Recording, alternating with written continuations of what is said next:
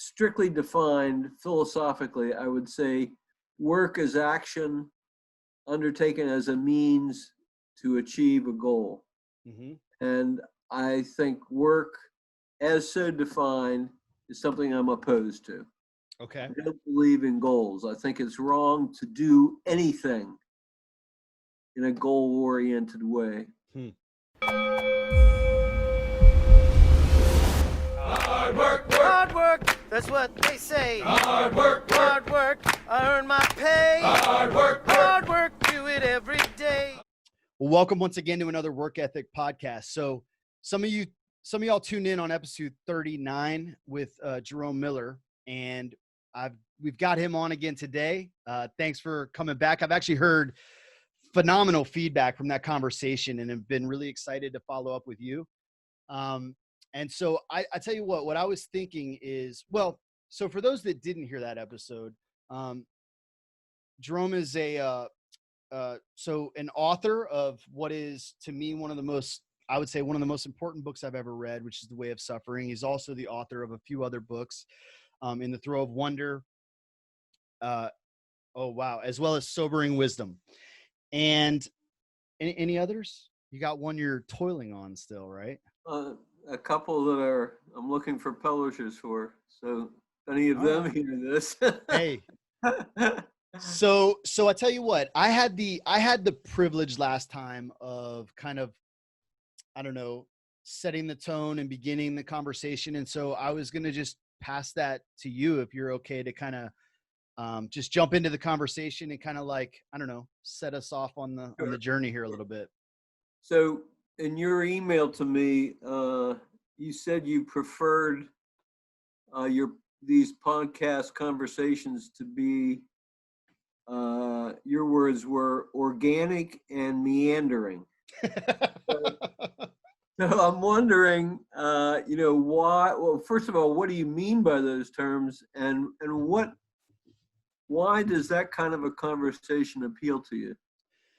Well, I would say, so meandering might just be a description of what is organic, right? Like a vine kind of meanders its way up a fence. But I would just say, because I just want to have genuine, authentic conversations. And so I want to be, well, even just using some of your own thinking about being open to what is coming, right? Like whatever it is you happen to bring up, wherever it is the conversation happens to lead us, I want to be open to that. And so sometimes that does look like topics change, or we end up going down some rabbit trails or whatever. And I don't come into it with a lot of outline or scripting or anything like that. I do have, in general, I have some kind of key questions that we touched on last time we talked, just on the theme of work. Though I'm happy if they leave that topic, even like, just to, like, to me, this is I don't know, an exercise in exploration in individuals. So like each of us is working on something, and even thinking and conversation itself is a kind of work, or kind of thinking together. And so that's it. I mean, I know you were asking, like, for, maybe what it might look like. And I'm like, it'll look like whatever it looks like. So it's just kind of a way to be open. And then I just do my best to try to be honest. It's also why I don't do a lot of editing. So people might ask me, like, I noticed at one point, like if you listen to all the episodes, you'll, like, someone interrupted you guys or something happened and you just left it in. Now there's been a few things that I've had to cut out. Like someone's like, hey, I need you to cut that thing out that happened or whatever. But I generally am just like, here's the conversation we had, and I want to release them kind of without a lot of cleaning up and editing, Right. So in what you just said, you contrasted being open with having a script. Mm-hmm. And I think that's an interesting contrast to reflect on. So the way I would sort of play with that a little bit is that a script kind of maps out ahead of time where you're going to go, so that you've downloaded your directions from GPS, mm-hmm. and your intention is to follow those directions And that implies that you've got a goal you're trying to reach. Mm. And so as soon as you plug in that way of thinking, you've got a goal, you've got a plan on how to reach the goal, Mm-hmm. and then you're going to try to execute the plan. Mm-hmm. And that might describe, if I'm going to an opera in Washington, D.C., and I live 2.5 hours away, and the opera starts at a certain time, I'm going to sort of map out my route and map out my schedule. So I'm going to map out space and I'm going to map out time. I'm going to try to get to that particular place on time. Yeah. And what you're saying is you don't want that. That's not the kind of thing you're hoping for. Well, I wonder why, why not? What is? Yeah, it's interesting. I guess there's no real opposition to structure or anything like that, at least not in the format. It just feels like sometimes, I don't know, relational or conversational. Well, relational, let's say, doesn't feel necessarily like the place for plans necessarily, like in the same way that perhaps anything else with a goal might, where like obviously, I mean, anything you're doing, almost anything you're doing, you have some intention, some aim.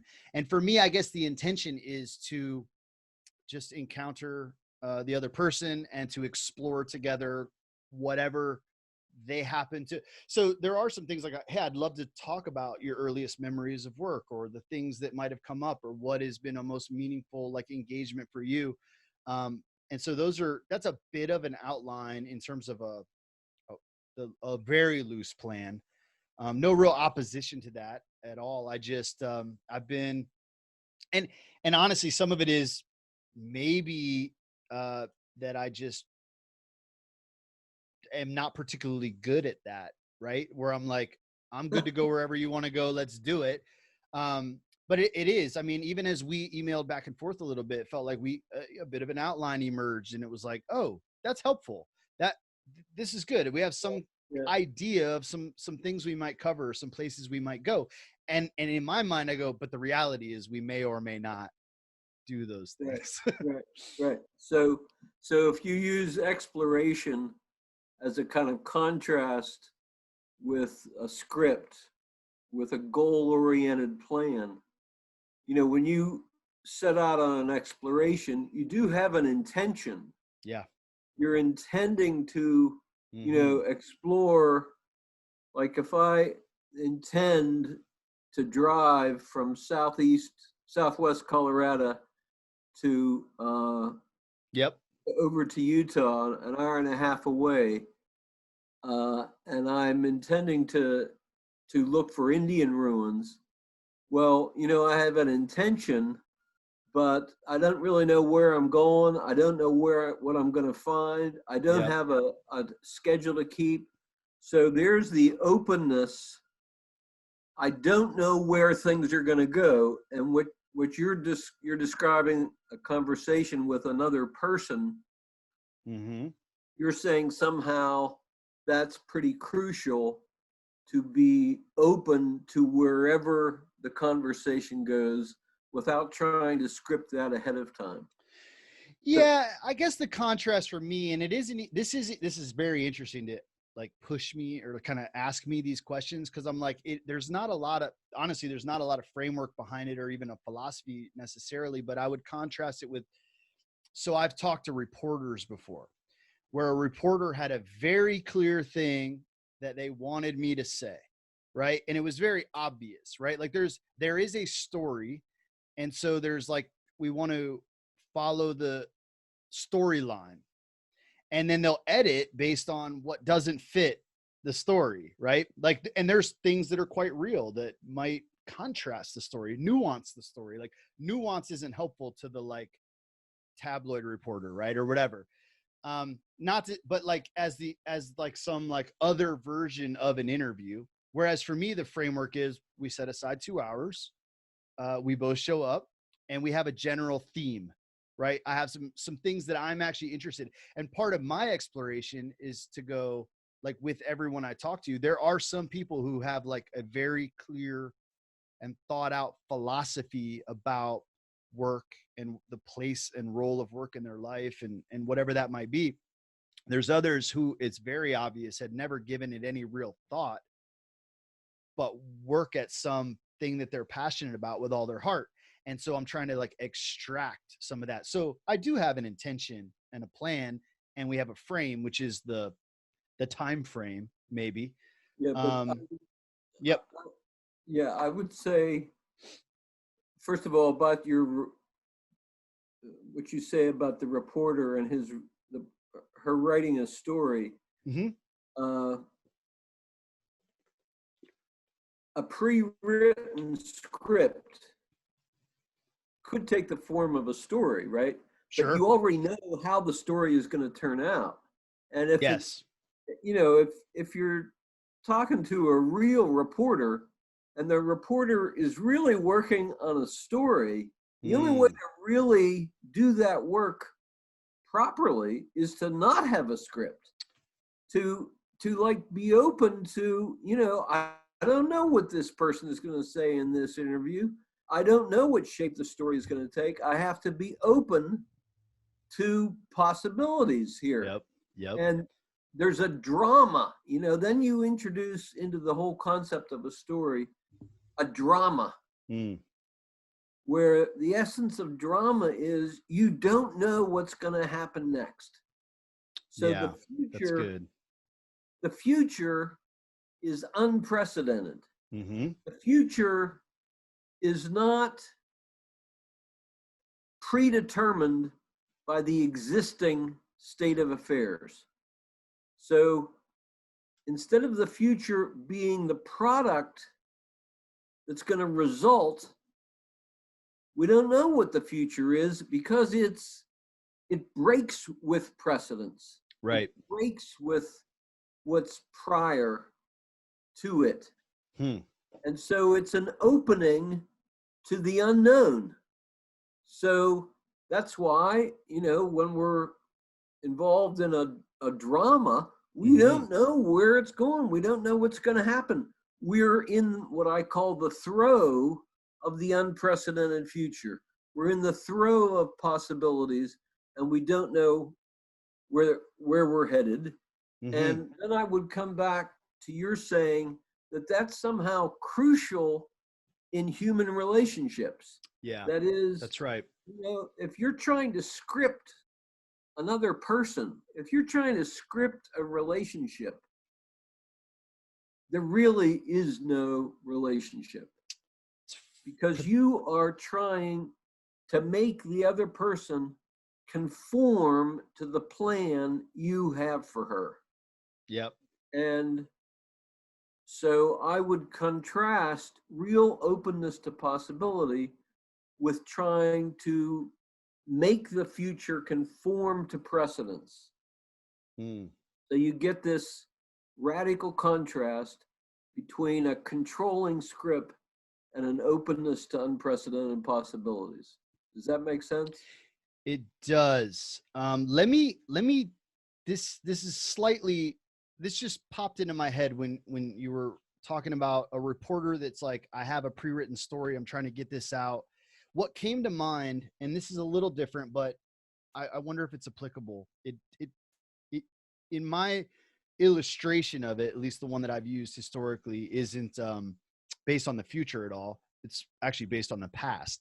But you've got, so like the difference in inductive and deductive reasoning, right? And you've got like, so I always think of like a Sherlock Holmes, right? Character, an investigator, Right. that would be the inductive. They come into a scene and go, I see that the drink has lipstick on the glass, and I see that the picture fell off the wall, and they explore and accumulate data to make some sort of a hypothesis about what may have happened, probability, right? Whereas, and I always use a lawyer as a way to define like a deductive, where it's like, and this is the pre-written story, like as a defense attorney, my job is to say this person is not guilty, to defend them, and to bring and leverage every fact that I can toward that end. right? It's like to prove the thing that I began with rather than to open and explore. I don't know if that even overlaps with what we're saying. It just came into my mind as like it to me felt a little clarifying of like, there's an inductive process happening. Like as you speak, something emerges and I'm like kind of Yeah, right. responding to it. And you're right. As you talk about not knowing what'll happen next, I mean, you didn't know I was going to talk about that, right? Like that. And then we just kind of allow that to I don't know, inspire, challenge, upset Right, one another right, as it will. right. So with your lawyer, uh,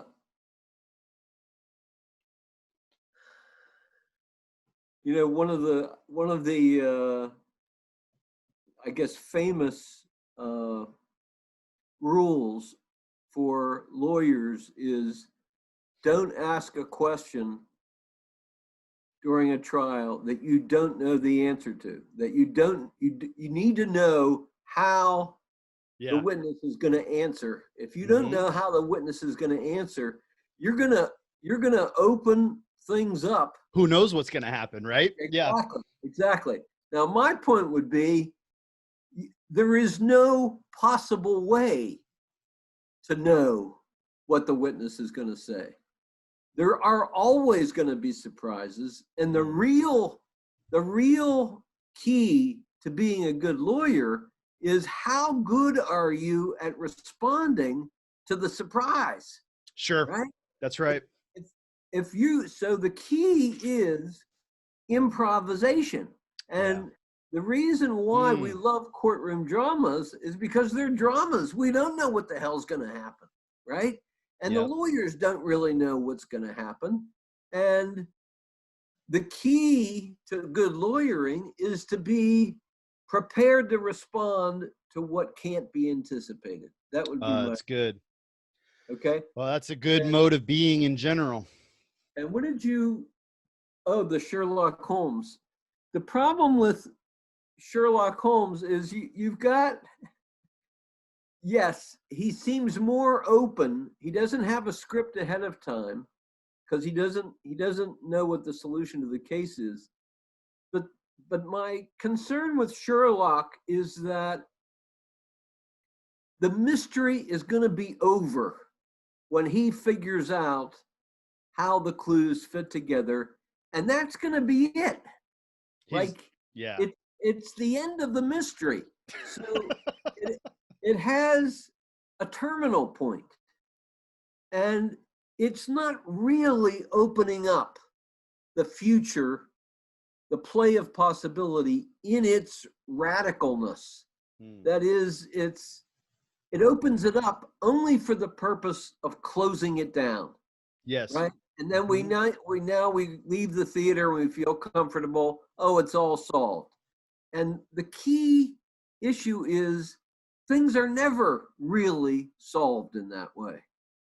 I mean, our politicians are always promising to solve things in that way, and they never do, because you can't solve any reality in that way. The famous French philosopher Gabriel Marcel said life is a mystery, not a problem. And we think of life as a series of problems to be solved instead of a mystery to be lived. And the idea is human life is a mystery to be lived because it's an exploratory journey into the unprecedented future. How we doing? We're doing good. Does that make sense?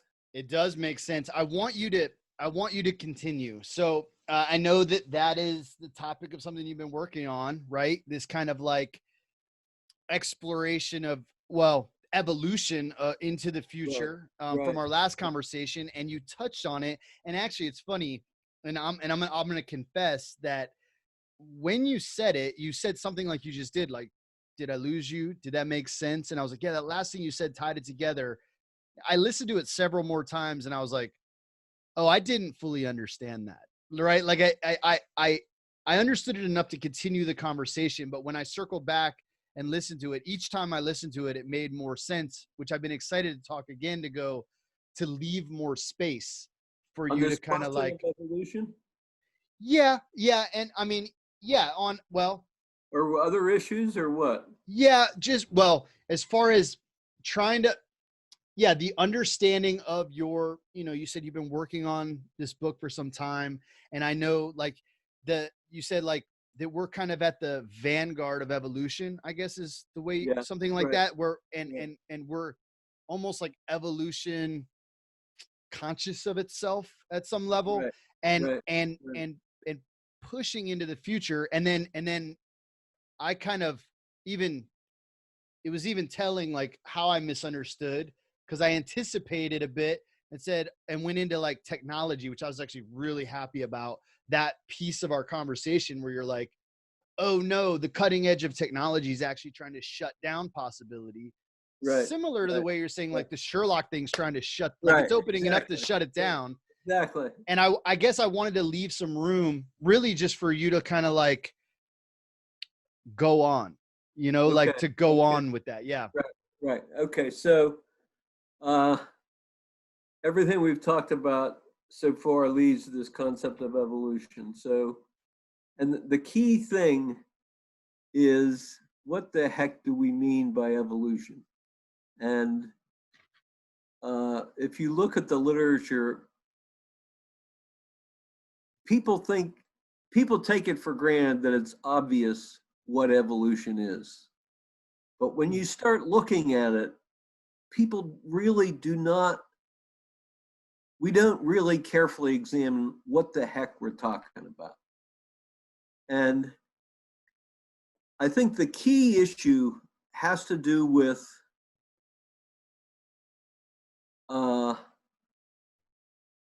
where to start on this. I think the key issue has to do with what's the relationship between the future and what precedes the future. So it has to do with this concept of what I call the unprecedented future. Now, what I'm arguing is that the future, in its very character as future, is different from the present.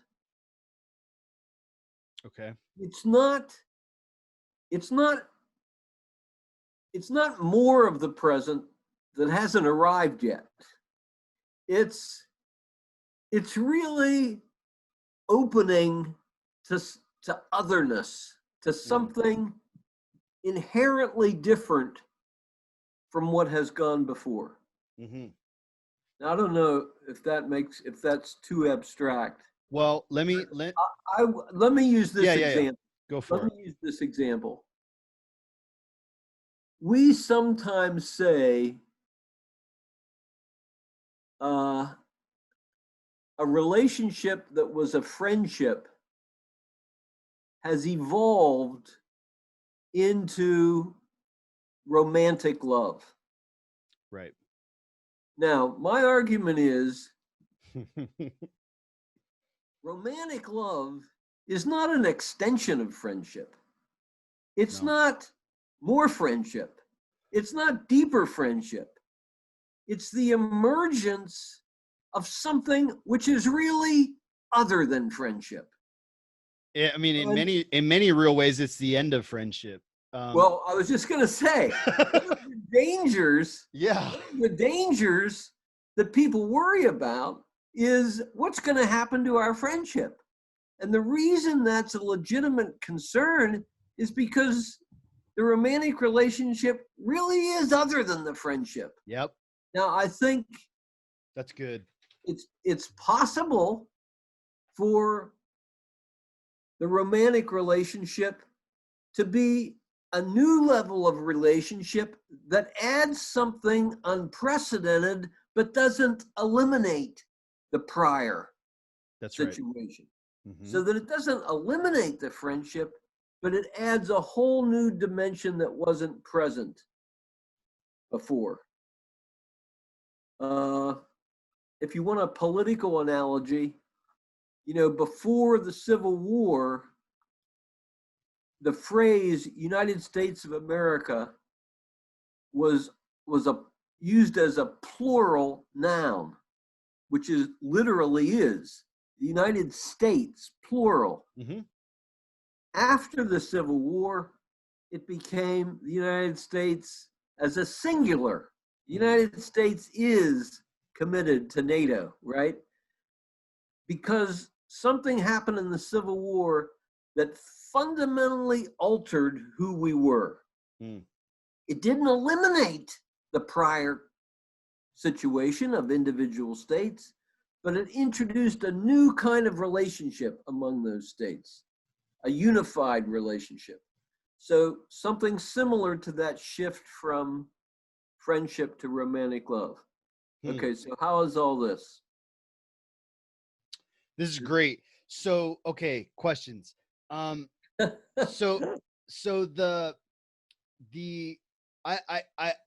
I like the, okay, so back to you say people take for granted what evolution is. So starting there, because even where you went, I'm like, well, if you just walk up to a buddy of mine and you say, what's evolution? Generally you'll get some sort of a, I don't know, the mankind evolved. It's a biological evolution, right? The Correct. development of, and even in that macro kind of evolution sense, we do see there's like a conservative process similar to, like you say, at least the way I understand, even the development of the brain and things like that. Like they build on the past, right? So like at the, the more primitive, at least, and I don't know this stuff that well, but my understanding at a broad brush stroke is at like the base of our cortex, right, is things like what you might, people refer to like the lizard brain. Like these are like the fight, flight things up to the frontal cortex, right? Like they don't replace it, but they build on it, right? So there's, it can do more, it goes beyond, similar to the way you were talking about, like, friendship can be built upon maybe, but it isn't. It's what immediately came to my mind when you used that example was friends that were in love and then broke up or fell out of love, and they're not friends anymore. Like that, like you had to trade your friendship in or risk your friendship for the sake of it evolving, right? Yeah. And so, and then, well, anyway, so that's where I was trying to connect the two, but I was starting with, you go, people take for granted that they know what that is. Right. Okay. So I go, well, at the very least, we're talking about something biological. Okay. So let's now let me do the macro. Good. I did the micro. Now let me do the macro. So evolution is typically said we evolve from some kind of pre-human animal. Yep. Okay. And life, animal life evolves from organic life, and organic life evolves from chemical combinations, right? So you get this series of levels. You start, this goes back to Aristotle. You start with stones, then you move to plants. Plants, unlike stones, are alive. They reproduce. They assimilate nutrition. Okay? They assimilate nutrition into themselves. They absorb sunlight into themselves. They assimilate what is other than them into themselves. So they assimilate light and turn it into nutrition. Yep. Then you get animals. And the animals don't just assimilate what they eat into themselves. They hunt, they run around and hunt, then they assimilate. And the really big thing is they experience what they're hunting. They experience the hunt. Right? So you have conscious experience, not just living organisms, but conscious experience.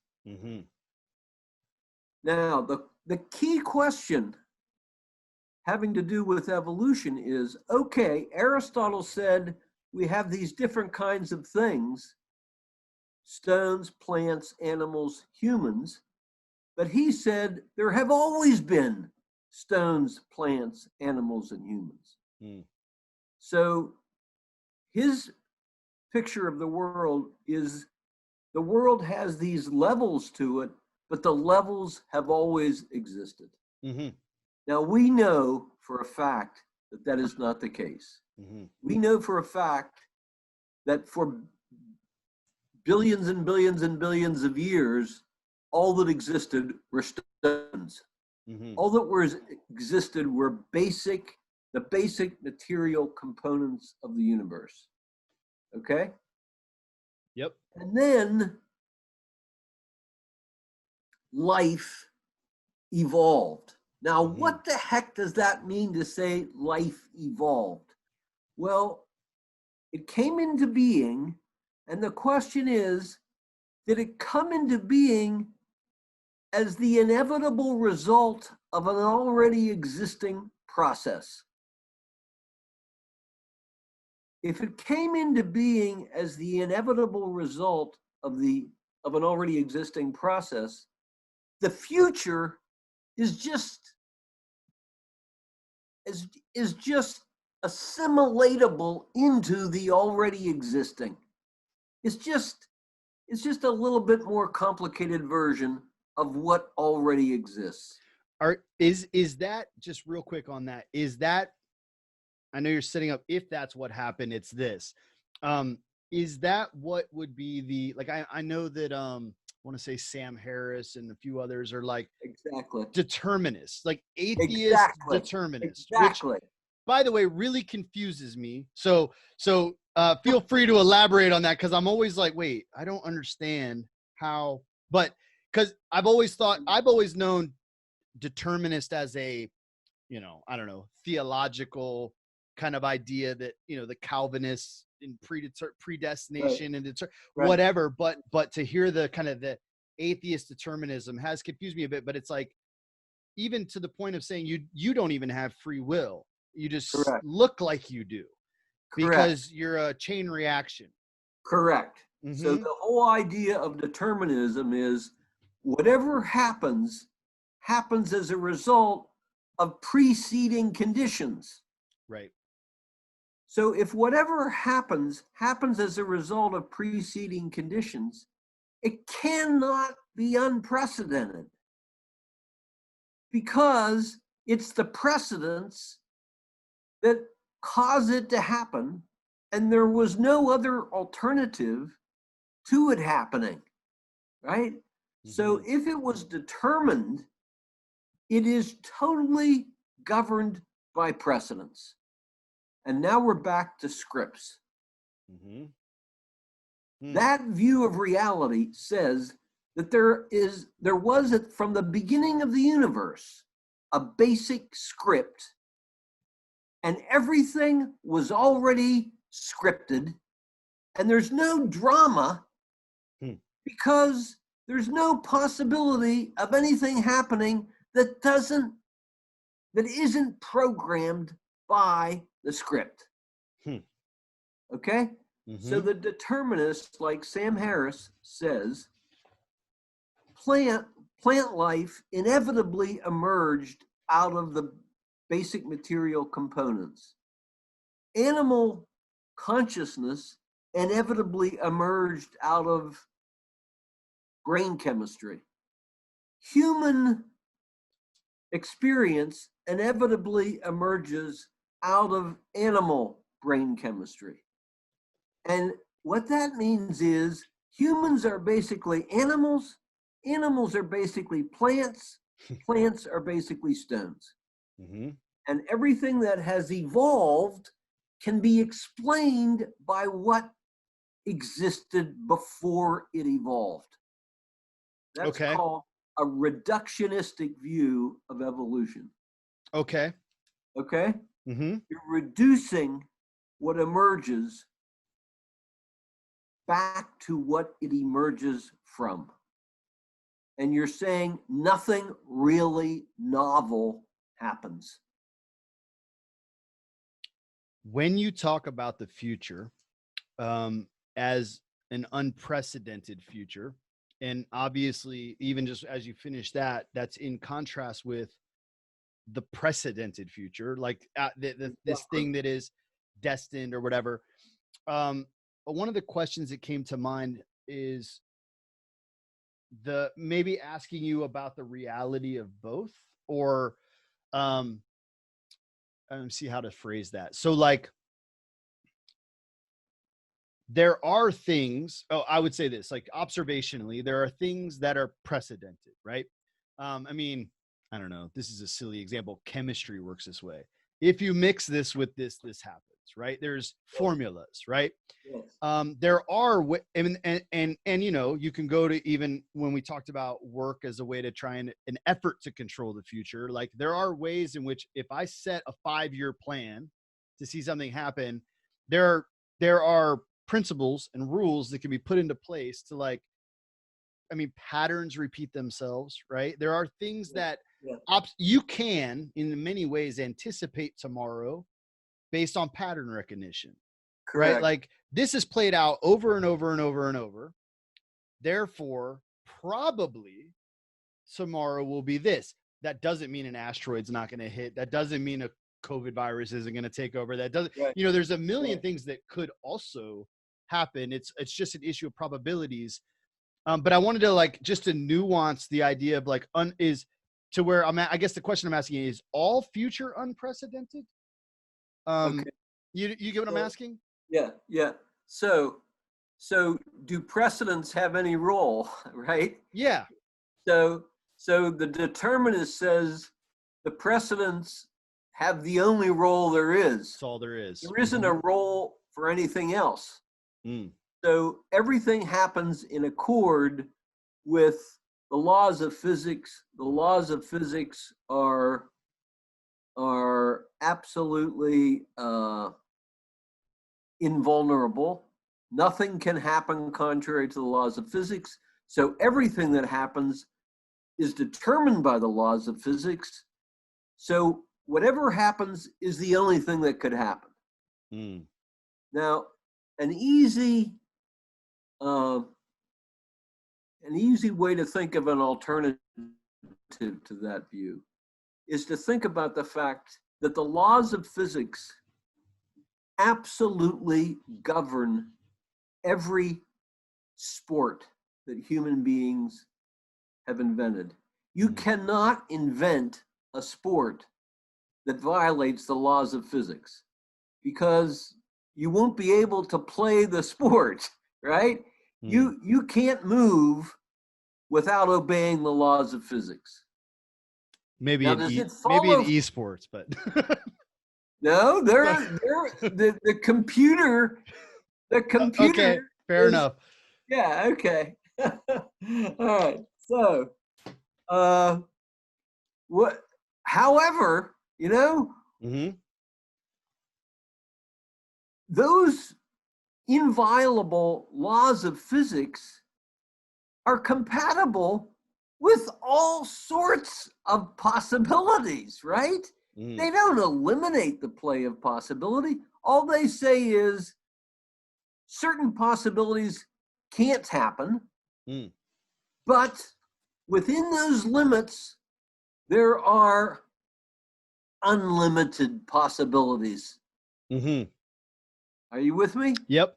So you can't, within the English alphabet, you can't write a story in English that doesn't rely on the English alphabet.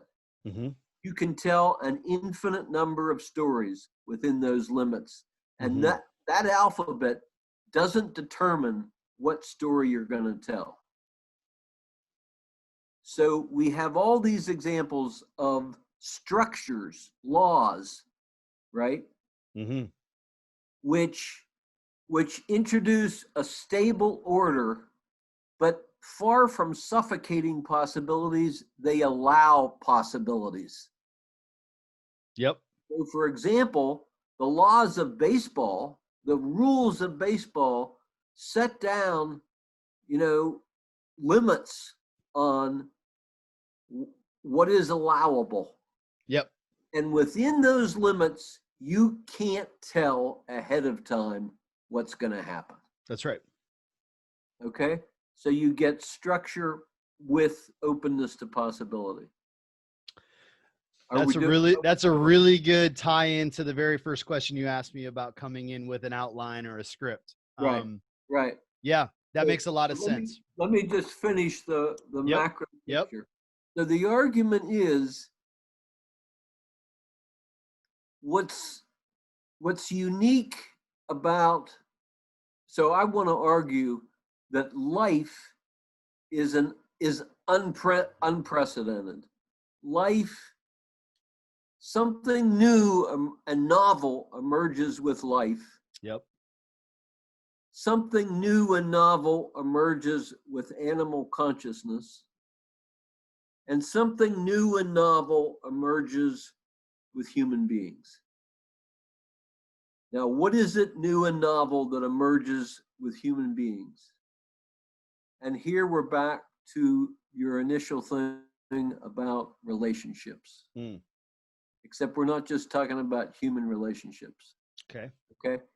From the point of view of a plant, all the plant can do is assimilate sun rays into itself. Right. An animal can do more. It can run around and hunt. And it can, the bear can find a deer. Mm-hmm. Do bears eat deer? I don't know. I've seen them try to catch salmon or something, but yeah, right. Right. All right. So whatever the animal eats, the animal experiences it, but experiences it as meeting its hunger. Yes. So it assimilates the thing into itself. Now, if you go study Native American cultures, and this is something that's well known, right? Their concept of eating was not that they assimilated the buffalo into themselves. Their concept of eating was that by eating the buffalo, they became the buffalo. Instead of assimilating the other into themselves, they became what I would call loving participants in the life of the other. So what gets introduced in human beings is a whole new kind of relationship where we can be open to the other and even give ourselves to the other and assimilate ourselves to the other instead of reducing the other to ourselves.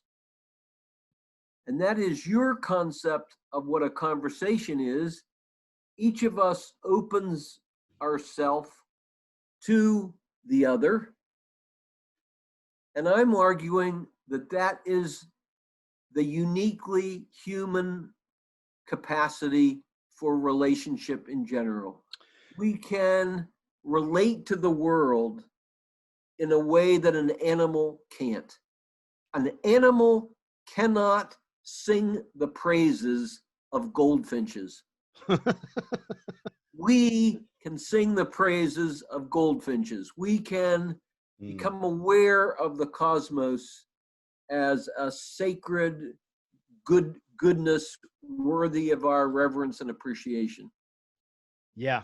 We can do something animals can't do because we have this capacity to be open to what is other than ourselves. And that is inseparable from our being open to the future in its very difference from the present. I don't Okay. know. No, that's So, good. I'm trying to pick at that a little bit. So I'm curious. Well, one, how much of that uniqueness of humans, I mean, would you say that is something like because of, I mean, consciousness? Like, so to know that I am to be self-conscious, to be aware that I'm me, can make me aware that, and maybe at some point in adolescence that, we go, mom actually is not me. The neighbor is even less me.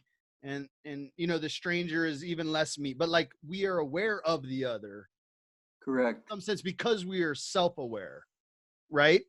No. What's that? No. No, we're only aware of the other. Like, what are you saying no to? Because I want to talk through that.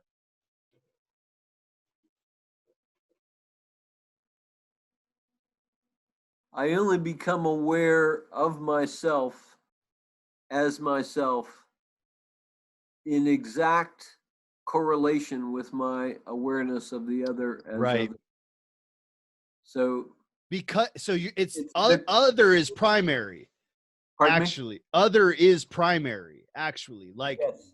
the Yes. awareness of the other is the one that allows me to go, oh, I'm not, like, we're not one, and I'm actually vulnerable to you. Exactly. Mm-hmm. Exactly.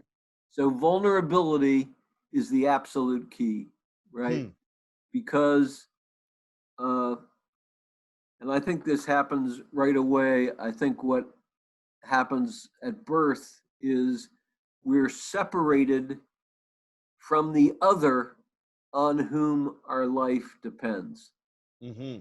So that introduces a kind of fundamental experience of vulnerability, right? Mm-hmm. My life is dependent on another. Right. That exposes me to death, right? My life is dependent on another because it's dependent on the other, and the other is really other than me, right? Yeah. Mm-hmm. Really separate from me. That makes me vulnerable to death. I can die. If Mm-hmm. the other is absent, I'm going to die. And we're already crying, right? Yeah. Right? Yep. Right there. We're already crying, screaming for mother because we're aware of that terrible vulnerability and Man, that's really interesting to think about. It's true, right? With infants, there's like the idea of object permanence, right? Like as soon as it right. is out of sight, it ceases to exist, right? Like it's not Yeah. the idea that the thing is still there when it comes back in. To just think of the ultimate horror that must actually be at whatever the capacity to process Right. the I mean the ultimate vulnerability that is mom went in the kitchen, whatever, like to be alone and therefore vulnerable to death. I mean, I don't think a baby is aware of vulnerable to death in any conscious way or articulated way Correct. necessarily, but you're right, Correct. they're already crying. They already know something's not good Right. about that. So right away you have right there, right? Think of in the womb. In the Mm, womb, you're immediately present, right? The the the the there's no separation, right? You're inside the being you need. So the other is directly present to you. mm, Now think of that. That has both a spatial meaning and a temporal meaning, right? The word present, the mother is the child is inside the womb. So you can't be any more physically present or mm, temporally. Yeah, mm-hmm. it's pure presence. It's as Yeah. close as we ever get to pure presence, right? Mm. When you're born, you're separated from that, right? Mm-hmm. So the other you need is not present. And that not, that the infant experiences that not. And of course, you're right. The infant doesn't know the word, right? Yeah, right. But the infant has the experience of the not. And Freud actually says anxiety is the infant's first experience. Wow. That kind of anxious dread, not present. And that means absent, that means physically not present, and it also means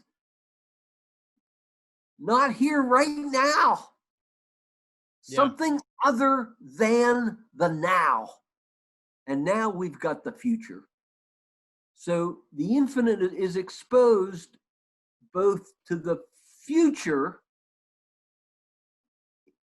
which is unprecedented, and to the distance from the mother. Okay. So you've got exposure to the other and the future at the same time. And explain the temporal piece of that. Like how is it? How?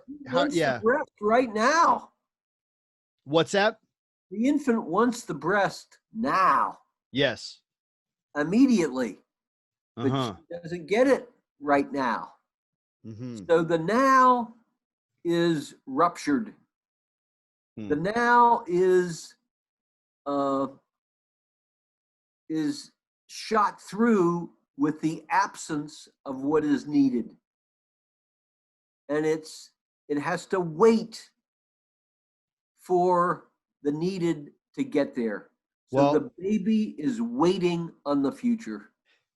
So that's why I wanted to restate that, because I was actually curious, because as you're talking through this experience of the baby, like all of this is so rich with I don't know, it's like any existentialist philosophy, like that, just to exist in an alienated state, right? But there is something about, so the baby wants that now, but that doesn't imply that it will come. It doesn't Correct. imply that it exists even, right? Correct. So a lot of the longing that we might have in our alienated state isn't necessarily an indicator of things to come, because I actually was like, I wanted to kind of ask like about the evolution of a relationship to the future, I guess, because I don't think it's implied that if you don't get it, you have no future. So we know that, right? But like, there is no promised breast in the future, or what you're hoped for future or outcome. Right. So there is just now, like a ruptured now, an alienated vulnerability that might be just, I mean, maybe that future is just impending doom. Correct. And all we have is that experience now, right? So where do we get as human beings, maybe in history, maybe in our own history, in like our own development, or in the history of mankind, are you aware of, or do you have some like way to point at like where we become aware of future? Like, so you get what I'm asking? Well,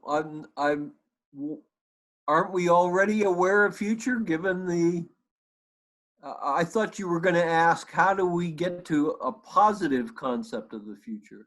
Well, no. Okay. So let me try Rather to, than the threat. let me try to come at this a different way. Are you familiar with, do you know Jordan Peterson? Are you familiar with him? No. He's a Canadian, he's a professor and psychologist, and works a lot with philosophy, mythology, really fascinating dude. But he talks about, in kind of even looking at the history of like religion, he points at the emergence of sacrifice. So like looking at like old like stories like Cain and Abel, he actually did a psychological reading of Genesis that's like available, like you watch on YouTube. It was a really cool lecture series he did, but he talked about, and this stuck with me. It's related to the future. So he said like the sacrifice is in his mind the emergence of something like bargaining with the future or investing in the future. He's like, we still use the same language today. Like you sacrifice to get through college for your future, or you sacrifice to what you want now to save for the future. Like you sacrifice today for the sake of tomorrow. And he's like, but at the earliest, like we think there's something primitive and silly about burning this animal and the smoke going into the sky. He's like, but there was like he's like, this is like the earliest human manifestation of a prayer for a good tomorrow or a positive future or something like that, right? Like some relationship with the future, let's say. So if you're not familiar with him, you only have my retelling of it, which isn't necessarily as good, but yeah. It's good. Okay, so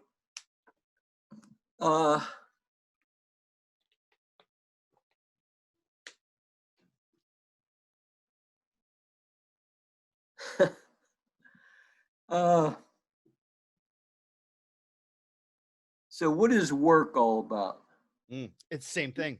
It's the same. Work, exactly. So sacrifice and work is almost indistinguishable in that way. Okay, so and what we're working on is need, right? Need makes us dependent on what is not present. So we're dependent on the other, and we're dependent on the future, right? And think of, a hunter. Think of a ancient Pueblan hunter who has to go out and hunt, and he's going to wait at some point, hoping that a deer shows up that he's going to be able to shoot with his arrow. Yep. So he's dependent on and you can't make the deer come. Right. Just like you can't make the rain come. Yep. Okay. So you're dependent on what is other than yourself. Yep. And you're dependent on, the other is not here now, so you have to wait. Right? So your other belongs to the future. The other belongs to the future, and you're dependent on both the other and the future. Are you with me? I am. Okay. The deer is in the future. Yeah. Maybe. Right. Hopefully. Now, what's it? Oh, go on. Sorry. All right.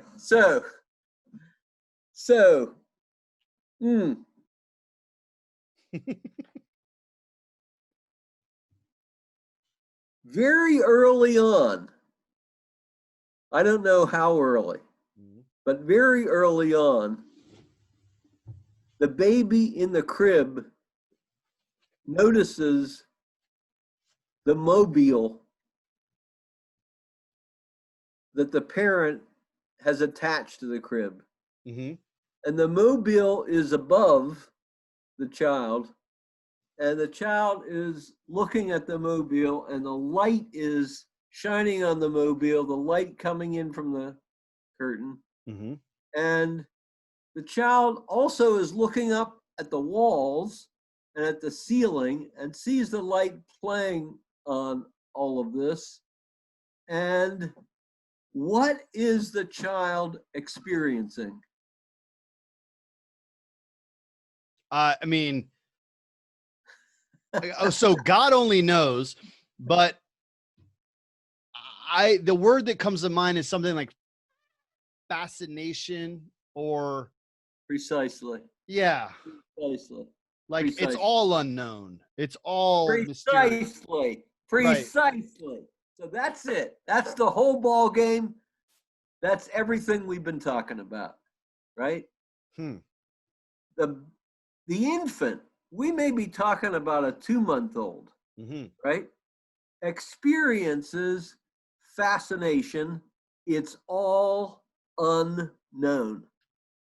Yep. Now, the key is the baby is experiencing the unknown as unknown. Yep.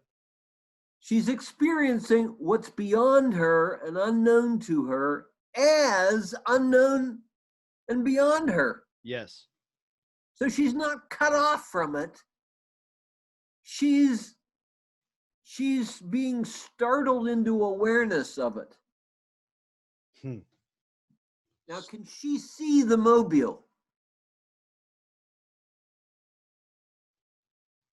I mean, I don't. Does she Yeah. see it? Yes. Does she see the walls? Yes. Does she As far, see the light? far as I know. Yeah. And yet she experiences all these as Unknown. unknown. Mm-hmm. So already there is starting to awaken in her the sense, the awareness of the possibility that there's more to what she is perceiving than she is perceiving. Yeah. There's more to the other than her senses can assimilate.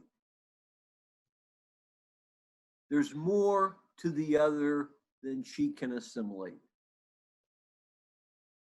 Yeah. And there is the human breakthrough. There is more to the other than I can assimilate. There is more to the other I eat than I eat.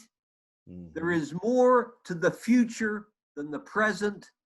And life has now become a drama. Because I'm open to the unknown, unpredictable future, and I have no idea where it's going to take me, what I'm going to find, what I'm going to discover. Life is an unprecedented drama.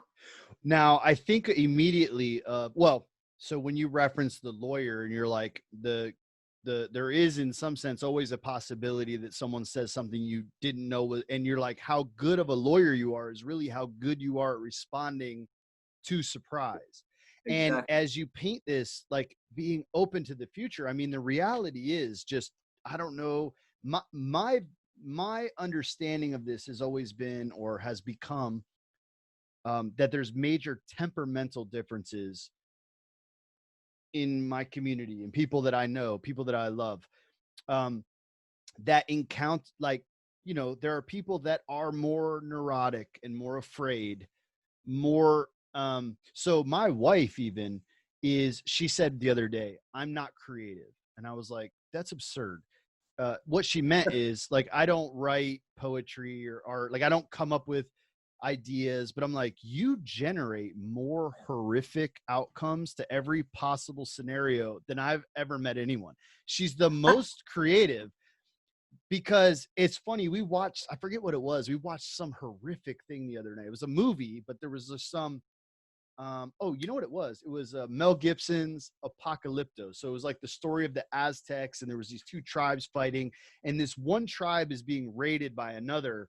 And I mean, it's horrible, right? It's just existentially, this is the end, and it's terrifying. And I looked at her, I'm like, this is hard to watch. Like, this is really bad. She's like, I've thought of every one of these situations. Like, in her mind, every time she leaves the house, there's nothing but dragons and tigers and enemies and fire, and like, her mind generates every potential threat. And that's part of a personality. And in a community, you want someone like that, because unlike me, who I don't see threat, I'm very open and I feel very confident, like, I'll be fine. like whatever comes, like I'm good with it. Let's explore it. Let's figure it out. So I don't know, you need someone that's going to stay by the fire and tend to the fire and keep everyone safe and watch out for snakes. And then you need someone that's going to go out into the unknown and explore new territory to broaden what we do know, what we do have access to. But I think temperamentally, we're very different, right? We are very different temperamentally, but in our posture toward the future. So back to the lawyer, like how good you are at responding to surprise, which I actually think she's quite good at in the actual situation. But in the like cognitive space, it's terrifying. Right. And I guess like what I wanted to know is you talked about we are in relationship to the future. And I'm like, we're in relationship to the future as individuals, even with temperamental disposition. And some of us are quite, well, let's just take something as simple as optimistic and pessimistic, or it's gonna go poorly, or everything's gonna work out fine, right? Like, how do we, because you could, well, now I'm open to the future. How do you frame like the diversity of mankind, people, in relationship to the future? Like, is there I guess in your framework, is there a right posture? Is there because I guess to me, like, I don't want to look at like the mind that generates nothing but horror and go, I see that can create quite the cognitive obstacle for you a lot of times, but it isn't all negative either. That isn't that's an asset to a community. Like, to have someone that sees threat is going to see the problems. Like, if we went to, I don't know, something stupid, purchase a car, she's going to see all the scratches and broken parts on it that I will just be blind to. Right. Right. So, a couple of things. When you talk about all these various attitude towards the future, I'm connecting the future with the other. Whatever our relationship to the future as future is, we're going to have the same relationship to the other as other. So if you're afraid of the future, you're going to be afraid of the other. Yeah. And mystery itself is going to be kind of inherently threatening because of the very fact that it's unknown and you're vulnerable to it. So you're going to feel, there's an inherent connection between security and the known. Yep. Familiar. Okay. So there's going to be dread in the face of the unknown and the future. Okay. So when you talk about these various dispositions, you're treating them as inherent characteristics of a personality. Yeah, that's right.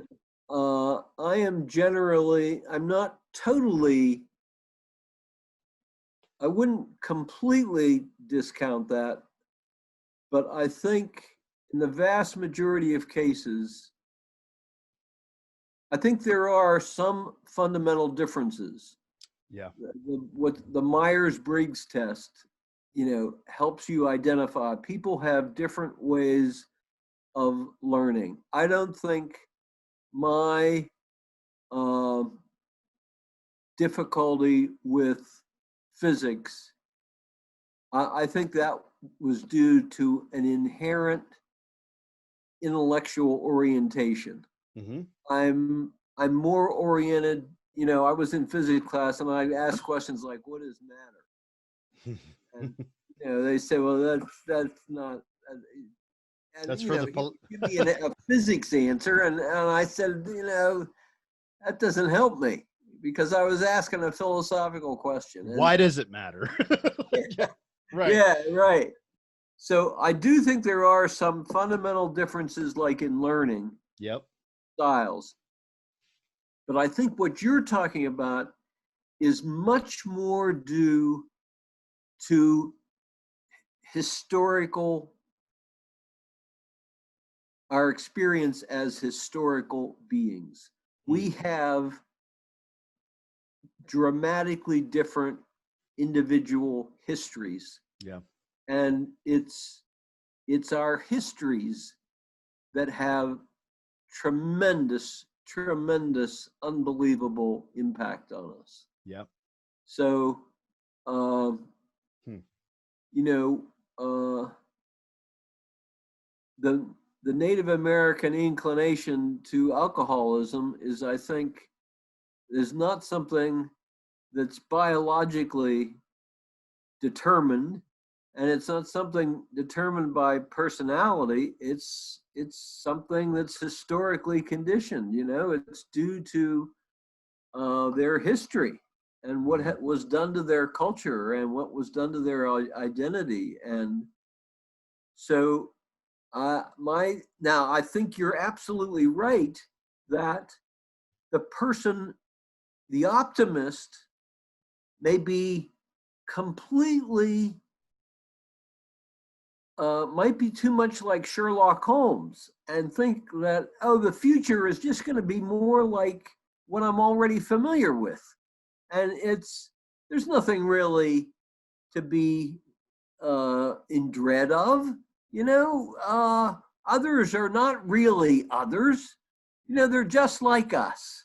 Well, You till know? you have That's the what George encounter with Bush it. said. You know, the Iraqis are just like us. Well, you know, in a sense, you know, that was good humanism. They're human beings, but it's a complete failure to understand the others are really other, and the person who is in dread of the other,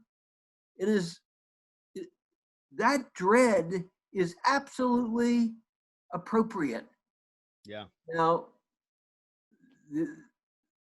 I would argue that awe needs to win over dread, right? Yep. That the otherness should fill us with dread, but it should also fill us with awe. Mm-hmm. And so we should be willing to, and now will is Okay. the ingredient we haven't talked about, right?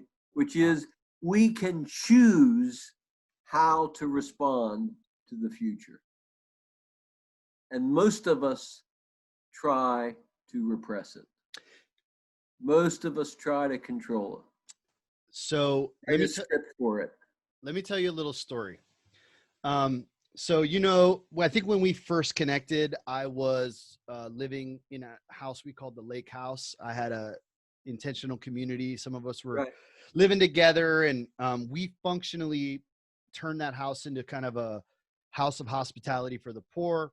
And I know you're familiar. I'm kind of like fleshing this out, even for people listening that don't know it. We were welcoming people in. We had a lot of homeless people staying on the couch and in the yard. We had people, the house was full of folks. There was about 10 of us that lived there pretty permanently. And then we had lots of guests. The couches were full. There's people on the porch. And we, at the time, we were kind of in the spirit of the Catholic worker going, we want to see how far we can take hospitality. So our shower is everyone's shower. Our washer machine is everyone's washer machine. And so we made business cards that had our address and our phone number. What we did was, this is right when Google came out with this Google Voice. So they had a phone number that you could dial that would ring all of our cell phones. And so basically, we would give it to people on the streets. Like, if you need anything, just call. And it would ring like 30 phone numbers, because it was us. And then our house, we had like a house church that met. So we got everyone's number plugged into it. So like 30 phones would ring, and anyone who happened to be available, like it said when they called, the caller ID would say like Lake House Helpline or whatever. And we could decide like, oh, I have time to take that or not. now what emerged was you found out the same people took them all the time, and people that never, but whatever. But all that to say, we were like really pushing it. So one day, this guy was on the street corner and clearly homeless. He's panhandling. And our buddy, I want to say it was Matt. It was one of the guys that lived there, was driving down the street in his truck. And the guy was on the side of the road. And he said, hey, man, he just started talking to him. And the guy's like, listen, I just got out of jail and I've got like some laundry, but it's all filthy dirty. And I got nowhere to do laundry. I got, I need to eat. He's just explaining all these things, all of which are like, typically it's like, I need money for what? A bus pass or whatever. And we never had much money, but we were rich in our community. Right. And so we're like, and we always said, like, let's try to meet needs directly. So rather than money for a bus pass, get in the car, let's go. Rather than here, get some food, let's go to eat, or come home, I'll make a sandwich, whatever, like, cause it was relational. So I was like, any of those things we're doing is an excuse to like an opportunity for relationship. So he brings this guy home and we're all there and he's cool. We all hang out that night. And it's getting late and he had a bunch of laundry. It was all in trash bags and filthy. And so he's putting laundry in and we're hanging out, maybe have dinner. I don't know, just around the house. But toward the end of the night, maybe 8:30, something like that, it starts getting late. And he's like, listen, I have a place to stay tonight, but I have to leave right now. Like, I got to go because I can't be late. I can't be showing up there late. I got to go. We're like, that makes perfect sense. He's like, but my laundry's not done. I was like, well, you know where we live. Here's a card with our address on it. Like, come back tomorrow. No big deal. We'll even switch the load. No worries. So he leaves. So then in the middle of the night, one of our other roommates busts in the door and he's like, hey, did someone borrow my car? Where's my car? And we're like, no, I don't. Did some, everyone's here. I don't know where your car went. So we go outside and there's glass on the ground and we're like, oh, your car was stolen. And well, as like a side story of this story, I was so proud of him because he busts out laughing. And he's like, that car's a piece of crap. Why would anyone steal that car? He should have taken his car or whatever. So I was so proud of him for that. But he's just laughing hysterically. And he's like, I can't believe someone stole it. So we report it stolen. And then in the morning, the police come and they say, well, it's like early morning, like 4 a.m. or something. Hey, we found your car. The windows busted out of it. It was right down the road. There was 2 guys smoking crack, driving it around the neighborhood or whatever. So they're arrested and your car's over here. So he went and got the car, brought it home. Cool little side story of that is like one of the other guys that lived on the street, his name was Tomas. He was sleeping on the couch and he came out and he's like, oh man, he took your car. He's like, well, I know how to fix that. Take me to the junkyard. So he fixed the window and everything, which is super cool. So then the next day was a Sunday morning and we were all involved in this like church community. So we all went in before church and we would like help with whatever needed help with. And I remember 2 of us, my buddy David and I, were in an office. I think we were printing some stuff they needed for the service or whatever. And my phone rang and it was that helpline. And I was like, oh, I'm going to answer it. We got time. I pick it up and I forget the guy's name that stole the car, but it was that guy that we had his laundry. Let's just say it's Freddie, right? Freddie did his laundry, left, stole the car, got arrested that night. And it was him that stole the car, got it back. Tomas fixed the window. Now my phone rings and it's some guy. And he's like, hey, my name is Joe. And Freddie gave me your number. And he said that I can come do laundry there. So I was like, give me a minute. So I mute it and I go, David's sitting there and I'm like, listen, so Freddie's friend wants to come do laundry. Either he doesn't know how that played out or he's coming to do something about it. Like he could be coming to kill us all or he really needs to do his laundry. What do you think we should do? He's like, well, we're not home till 2. So tell him like 2:30. And I was like, get back on. I was like, hey man, that's cool. We'll be home around 2. Just come over around 2:30. And I remember getting home that day and my heart racing. And I'm like, he's coming over and I don't know what to expect. And I'm genuinely nervous. And so he shows up and he has a bunch of laundry and he starts doing laundry.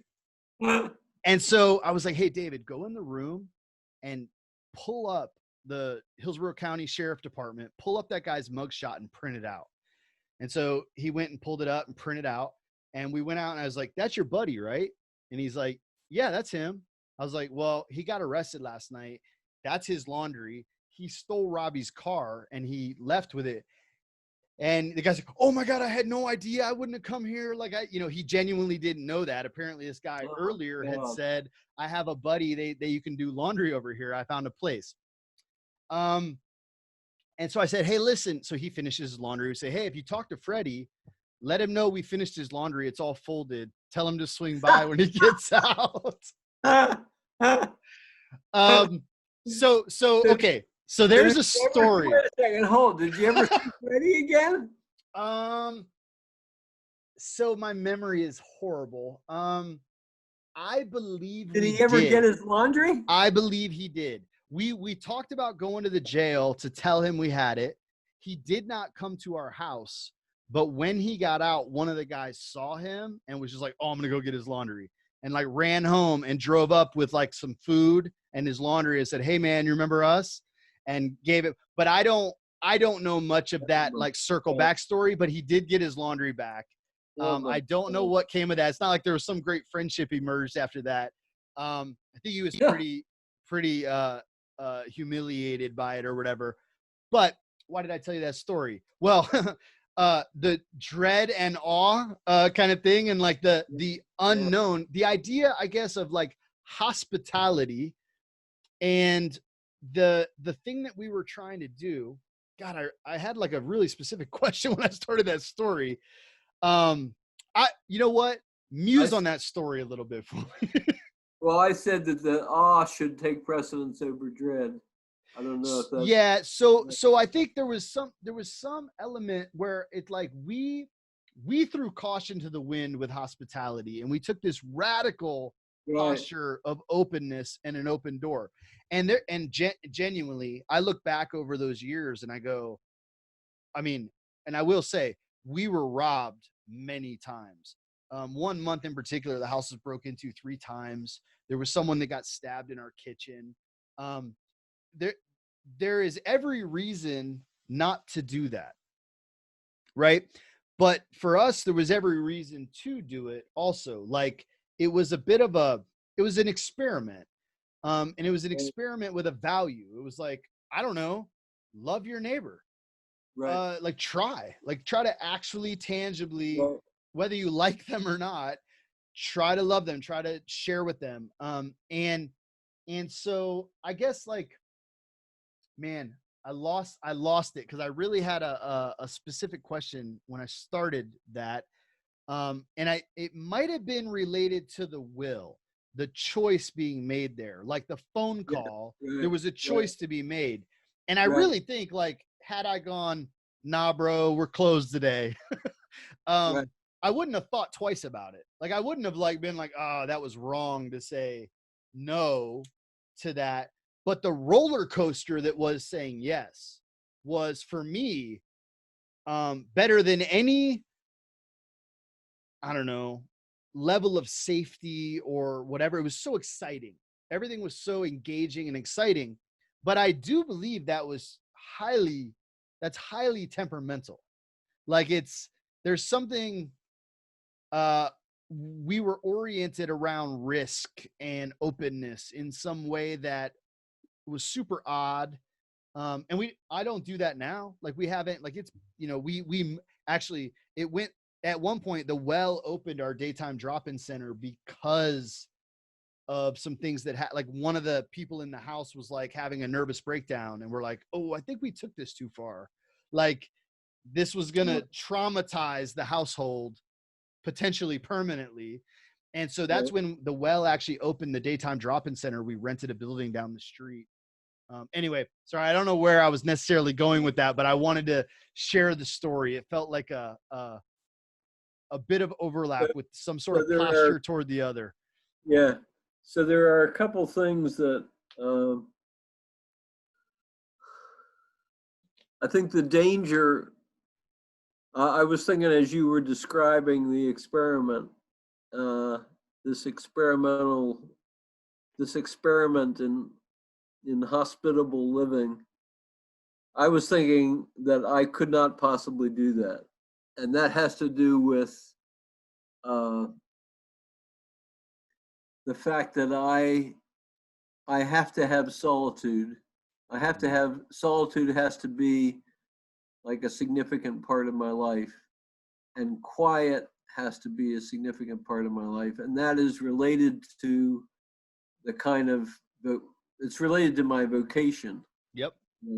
And where vocation is a calling, and the calling always comes from the future and the other. So, I would say, work defined strictly defined philosophically, I would say work is action undertaken as a means to achieve a goal. Mm-hmm. And I think work as so defined is something I'm opposed to. Okay. I don't believe in goals. I think it's wrong to do anything in a goal-oriented way. And I think the alternative, because I always think you're trying to control the future, and that means you're trying to create a relationship where you're assimilating the other into yourself. You're being possessive. You're being controlling. And so I'm arguing against a way of living that is focused on controlling or subordinating the other or the future to ourselves. So the whole concept of a vocation is that instead of having a plan for the future, instead of trying to develop a career where I'm going to, achieve some kind of success, Yep. the whole concept of a vocation is the other is calling me to do something. Yep. And just to some kind of life of service, some kind of life of self-donation, where I am risking myself for the sake of the other. And that means ultimately risking my life for the sake of the other. And that means opening my life to the unprecedented future, which may mean my death. Mm-hmm. So everything you describe makes sense to me. The way of living you describe makes sense. I personally could not live that way because my vocation is writing. Yep. And thinking. And so my way of serving the other, and here's where the dispositions you talk about come into play. My way of serving the other has to be in accord with that vocation. Your way of serving the other absolutely, made it possible to create that whole community. In both cases, I think choice is involved, right? You have to choose to live in a way that is donative rather than controlling. Now, the big thing that we have not talked about, we've talked about need, and what we have been talking about, I would describe as a life of impassioned appreciation. And I think needs and impassioned appreciation are both different from desire. And I think desire is what motivates control. That when we're living lives based on desire, what we're trying to do is always get something.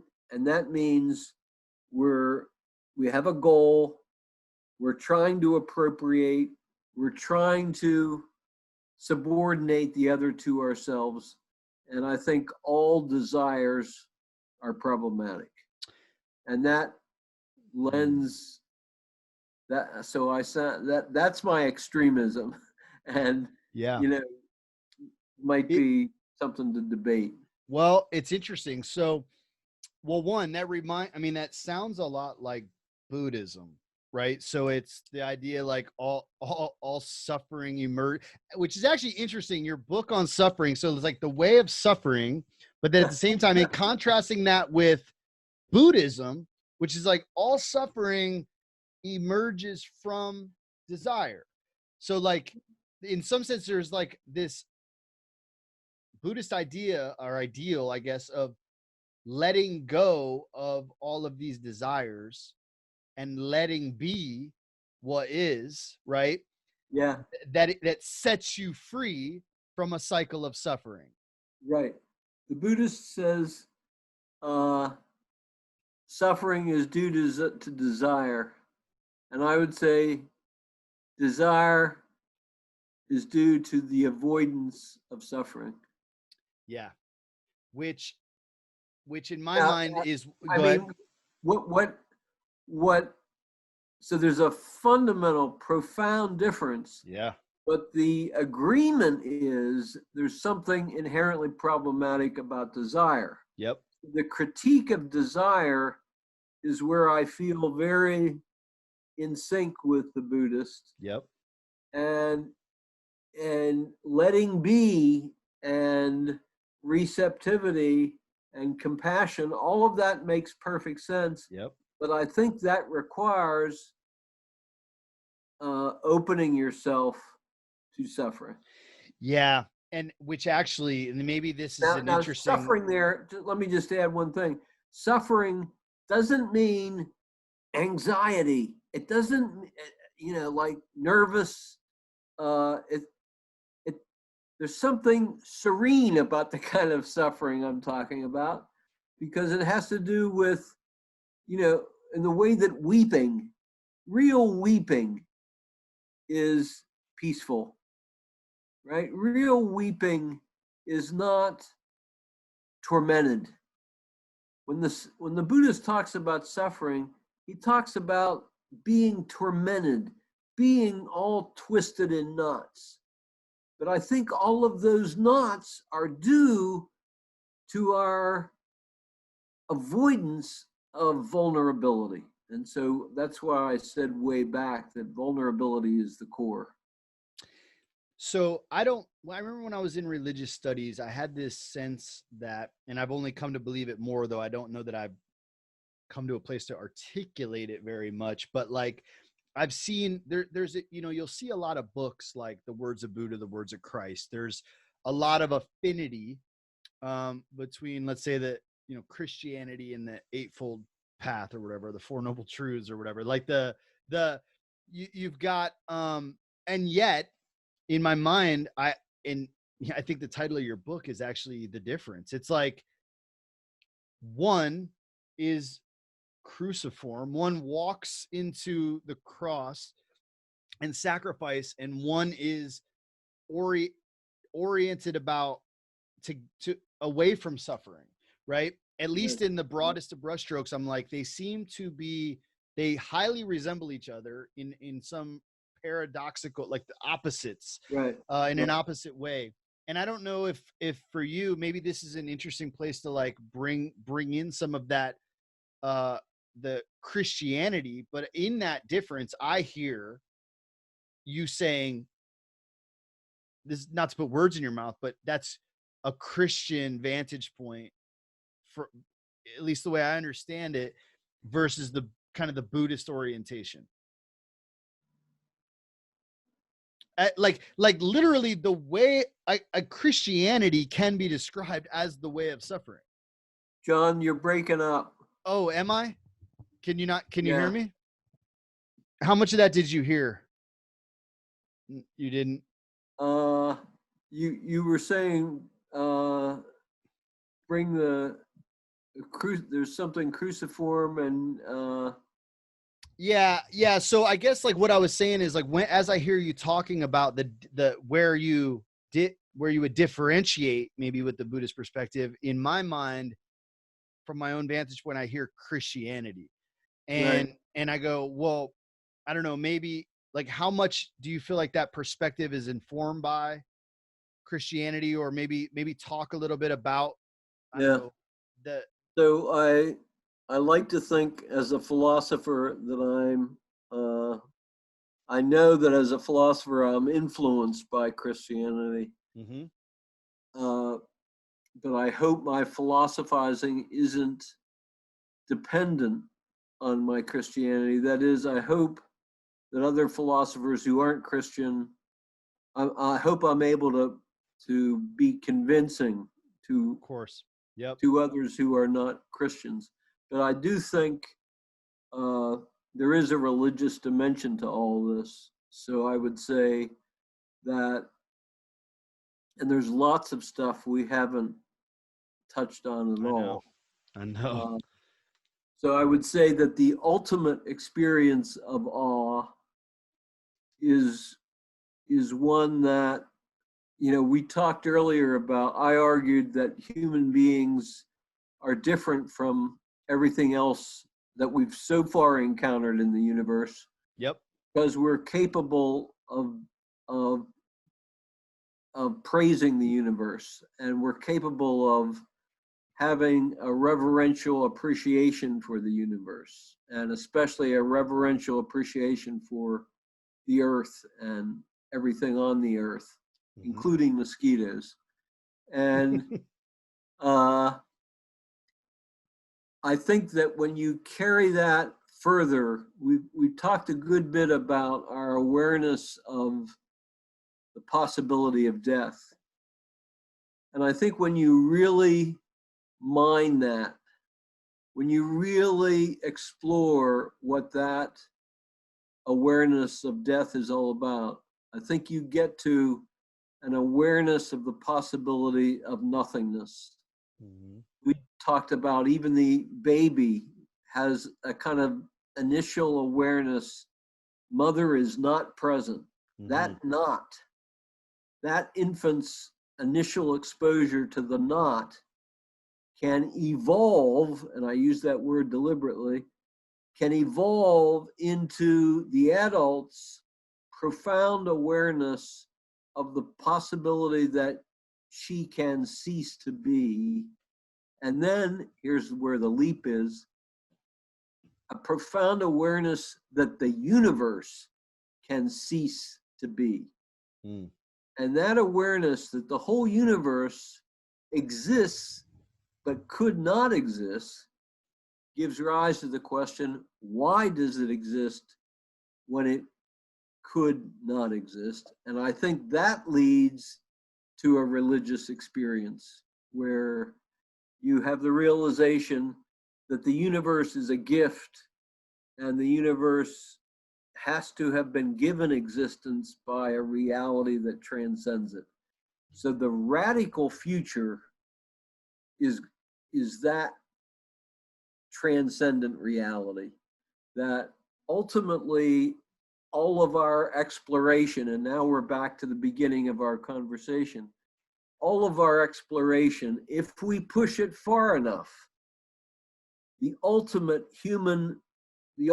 evolution of human consciousness is the awareness of this transcendent reality. That's when we're evolving at our most radical. And it's where we become most aware of the possibility of nothingness and most aware of some awful, sublime reality that transcends the universe. Now, I don't know where that all. That reminds me of, I remember reading Paul Tillich saying, like, he's talked about the people asking whether God exists or doesn't exist, which he called an atheistic question, because he said, God is not a being that exists or does not exist, but is the ground of being, right? Is what he's known to refer to God, but like that which determines existence itself. And I guess, like, in some sense, you saying like all of this could not exist, which points beyond it, something that transcends it. Correct. Giving me like, really called to mind that turn of phrase from Tillich. I'm curious, this might be a bit off the train of thought we're on, but just as you're talking about our awareness of death, and how familiar are you with Ernest Becker and the denial of death? Yeah, I've actually the editor at Georgetown who published The Way of Suffering told me that it reminded him of Becker's book. I have actually never read that book, even though I've got it right here on my Seriously? Oh man, you gotta read it. bookshelf. That's terrible. Yeah. Well, that's quite the compliment. It's a monster of a book. Like, not monster, hard read. It's just such a good book. But it is like and it's so well written. Like but he defines us as like, conscious what he has these images like a naked conscious being quivering in the corner of a potentially meaningless universe, waiting on your impending doom. Okay. There's this one of the chapters opens with Mother Nature is a brutal bitch. She will tear you to shreds with tooth and claw. It's like this existential psychology. And it is like it's a psychological, philosophical read. Man, so interestingly, I would have said the same thing. I would have sworn that you would have said, "Oh yeah, I'm very familiar." In fact, well, that's amazing. That's amazing. That you're not. Because one of the big things that he's saying is everything that we do, every bit of our life is a project to undo death. Like for him, so terror management theory grows out of his work. It's every single thing you're doing in your life is an attempt to transcend your death. I completely disagree with that. Totally. Okay. Totally. So my whole argument would be that a whole lot of what we do, that's the purpose. Yep. But my whole point is that there is an alternative to that. Yep. And it involves precisely the willingness to die, and the willingness to experience your own nothingness, and not to flee from it, not to deny it, not to avoid it, but to absolutely face it, and not only face it, but identify with it. Yeah.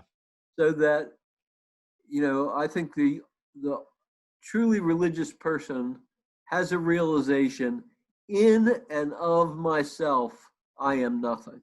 Yep. So I think that, the critique of religion, or the description of religion as a terror management strategy, like gets it completely wrong. That far from religious people being the ones who avoid death, religious people are the ones who face death.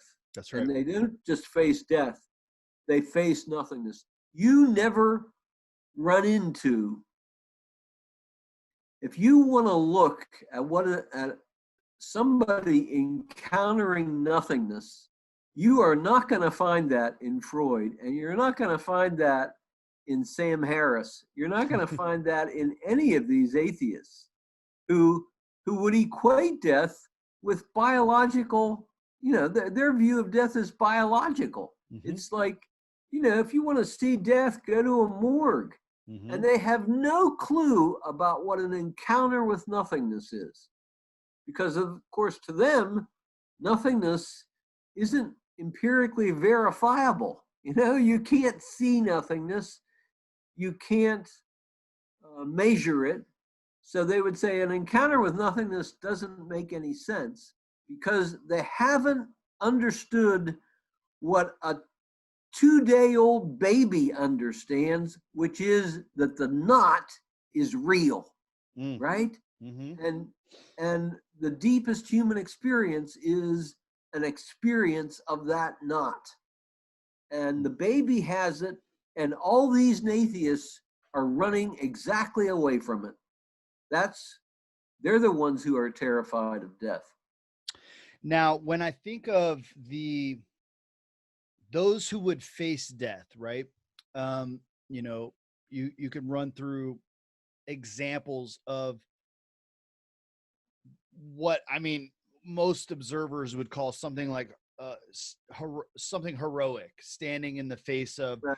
you Right. know, I mean, you could see that in the life of like a Martin King. There's tons of even just martyrs throughout history, whatever. Or I'm how about an intentional community that welcomes Freddie?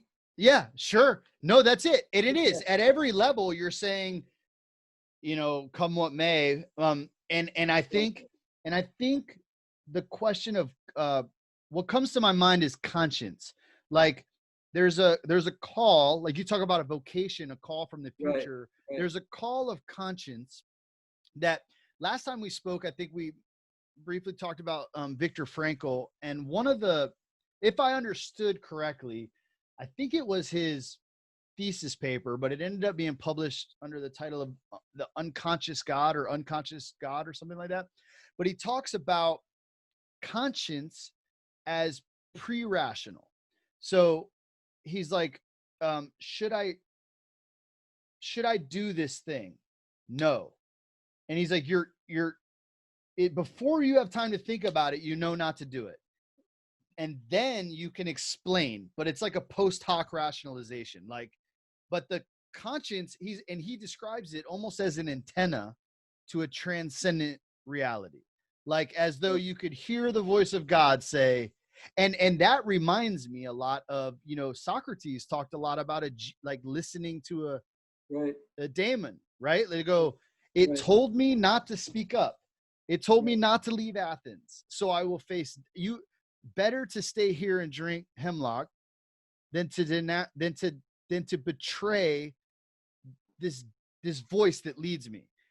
And all of that overlaps with vocation, conscience, daemon, like or for the religious, the voice of God. And I guess like I'd like to hear you I don't know, respond to that idea a little bit, and then maybe help to understand, because what I would understand is, like, you go, well, I disagree completely that everything we're doing should be to avoid death. He still may say what you're doing is still that, even though you're trying not for it to be that. But you go, there's an alternative, right? It's and this is the model of the, like, for a Christian, the image of Jesus, who would take up his cross for the sake of the world, for the sake of love, for the sake of something outside of himself, all of which points to something like the call of conscience. Right. So,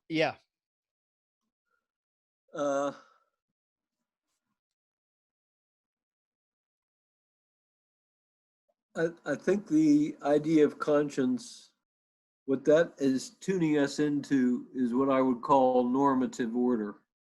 So, and what I mean by normative order is that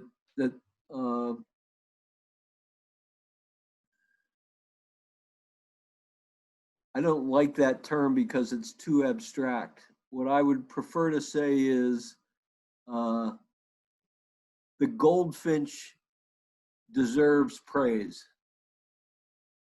The goldfinch that I see outside on my bird feeder, when I see that, I have an experience that there's more to what I'm perceiving than is perceivable. There's something glorious about the goldfinch. There's something fascinating about birds. And now I think what's going on there is it's an awakening. The goldfinch isn't doing anything for me. Mm-hmm. I mean, you could say, well, it's giving you a fascinating experience.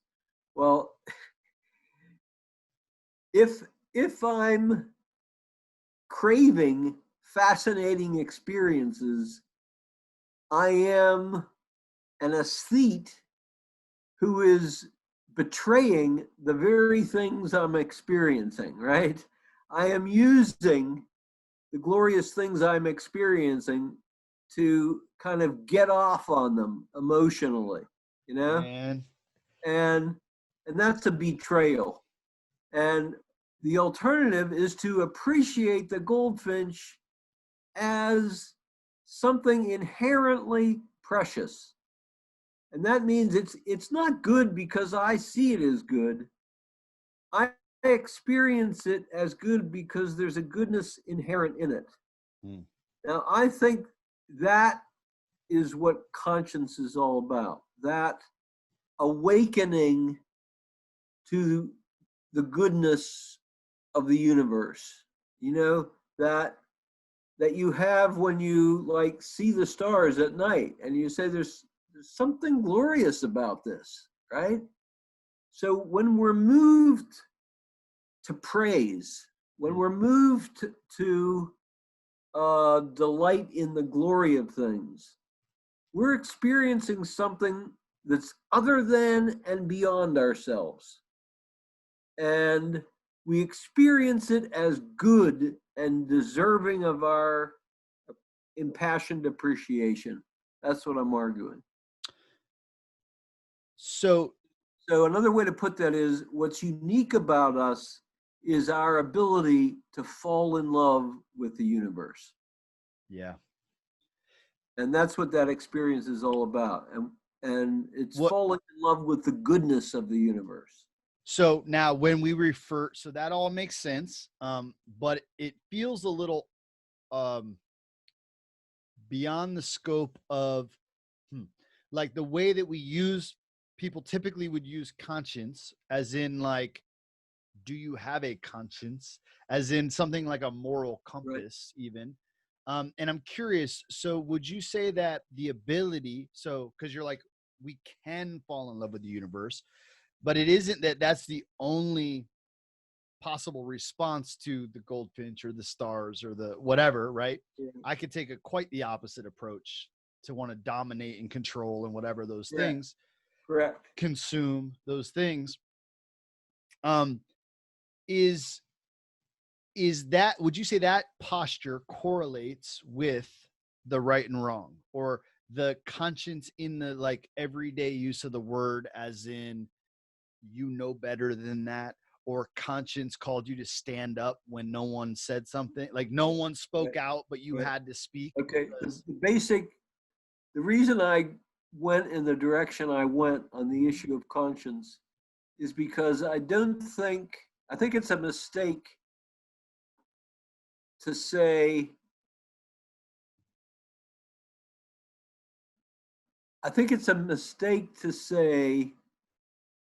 that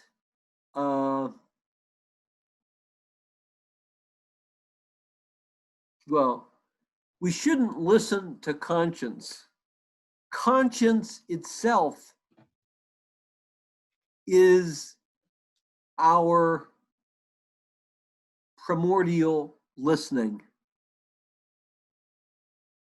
Okay, and let me give you an example. Yeah, please.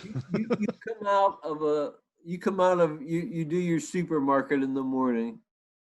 You do your shopping you go to the supermarket, you do your shopping, you come out, it's kind of a wintry morning, you're chilly, you're on your way to the car, and you hear behind your back, you hear someone holler, "Hey there!" And you have the sense that the person is hollering to you. Mm-hmm. Okay? And I would say you have a choice. We're back to will, right? You have a choice. You don't know who is calling you. You don't know why the person is calling you. You don't even know if he's calling you and not someone else, right? And you have a choice. You can keep going and not pay any attention, or you can turn around. Mm-hmm. And I'm saying that's the crucial decision of your life. That's it. That's the whole ball game right there. And I'm saying that other person, that is the call of conscience. Mm. It's the other person. It's, we're back to vocation now. It's that call of the other person that you're being asked to listen to that. And I think in your heart of hearts, and this is where the usual meaning of conscience is, in our heart of hearts, we know we should turn around. We know we should hearken to that call. And that basic attunement to others is what I would identify with conscience. And I would say it's actually our intelligence. Our intelligence enables us to hear that as another human person. And the human person is the most sacred reality in the universe. And I should turn around when another person is calling me. So how does that? Yeah.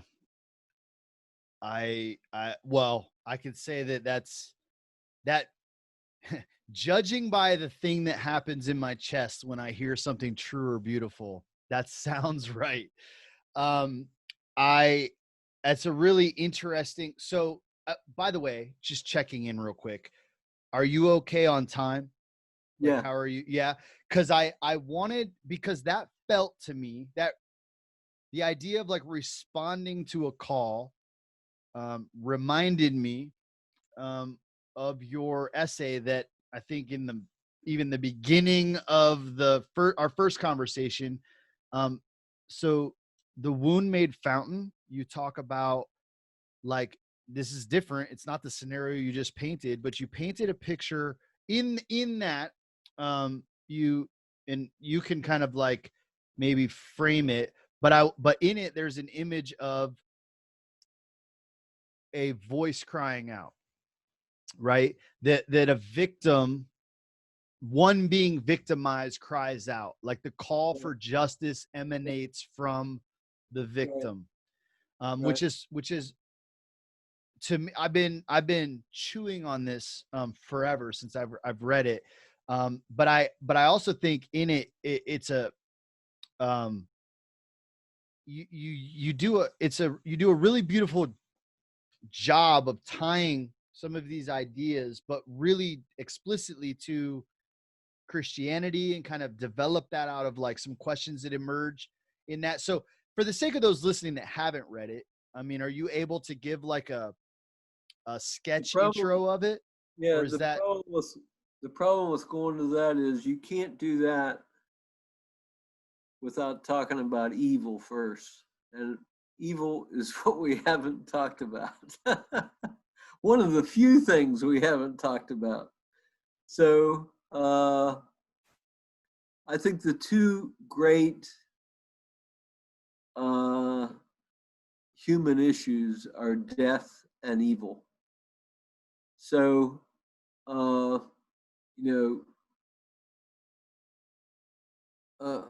when you were describing your wife's capacity to imagine horrors, Yep. I don't know what the details of that. I don't know what those details are, but I would say all human nightmares are nightmares involving death and evil. Yep. And they're both devastating, but I think evil is much, much, much, much worse than death. And in terms of our histories, I don't think death is what turns us into emotional pretzels nearly as much as evil turns us into emotional pretzels.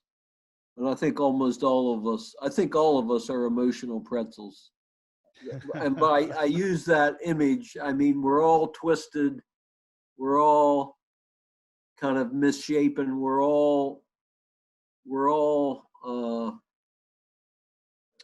mess. Is that so? So just to make sure that I'm tracking with you and that people listening are tracking with you. Are you so? And this is actually a great follow on the heels of what you were saying. What conscience is, because I go, conscience in some sense should help us to identify evil, and you have yet to give let's say a definition.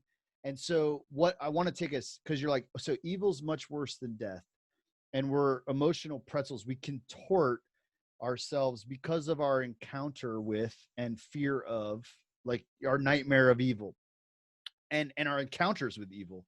And so my question then, just based on what you've said already, I'm trying to like guess a little bit, but just like so if conscience was this primordial listening to the call of the other, in some sense, like, this is the, like, I'm trying to use your, like, evil as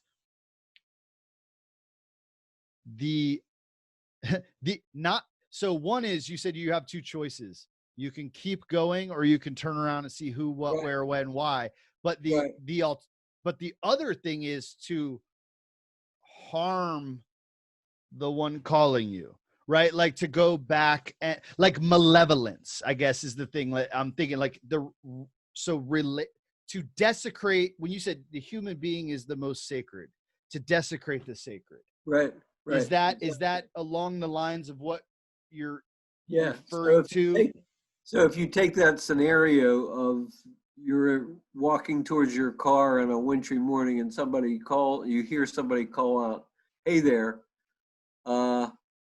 you may hesitate to turn around because, it may be Fred,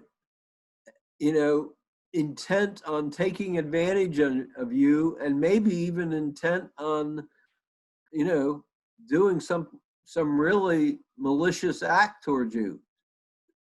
Steal something, steal your car.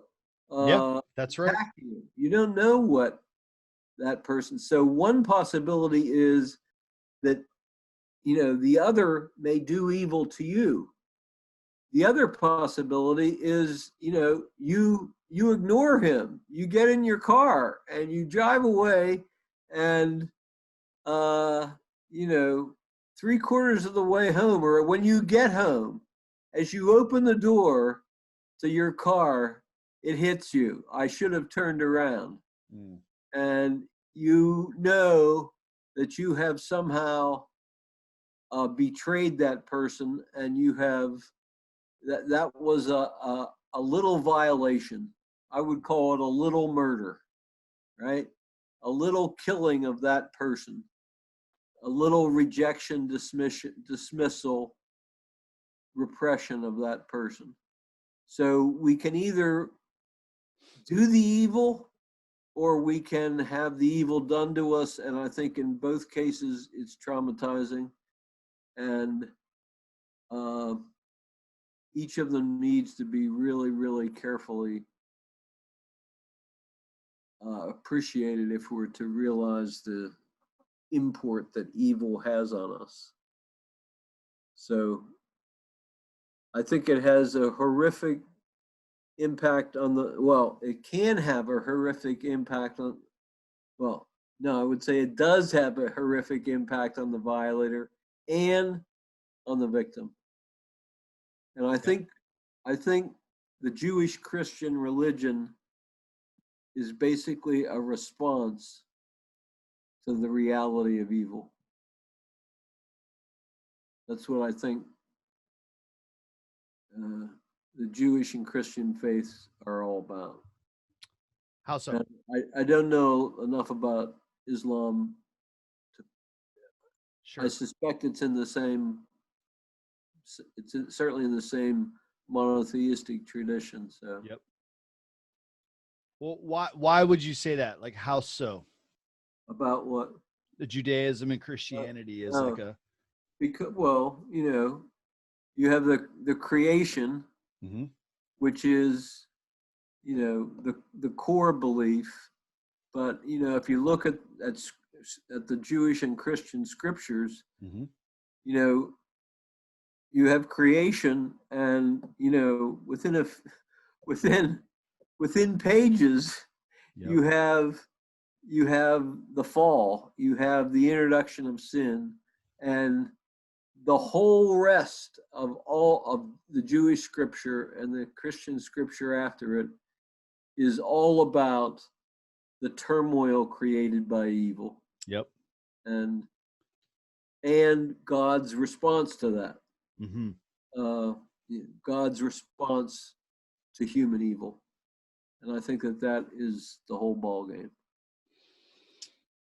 Now, in the article that I was referring to that you wrote, you said that the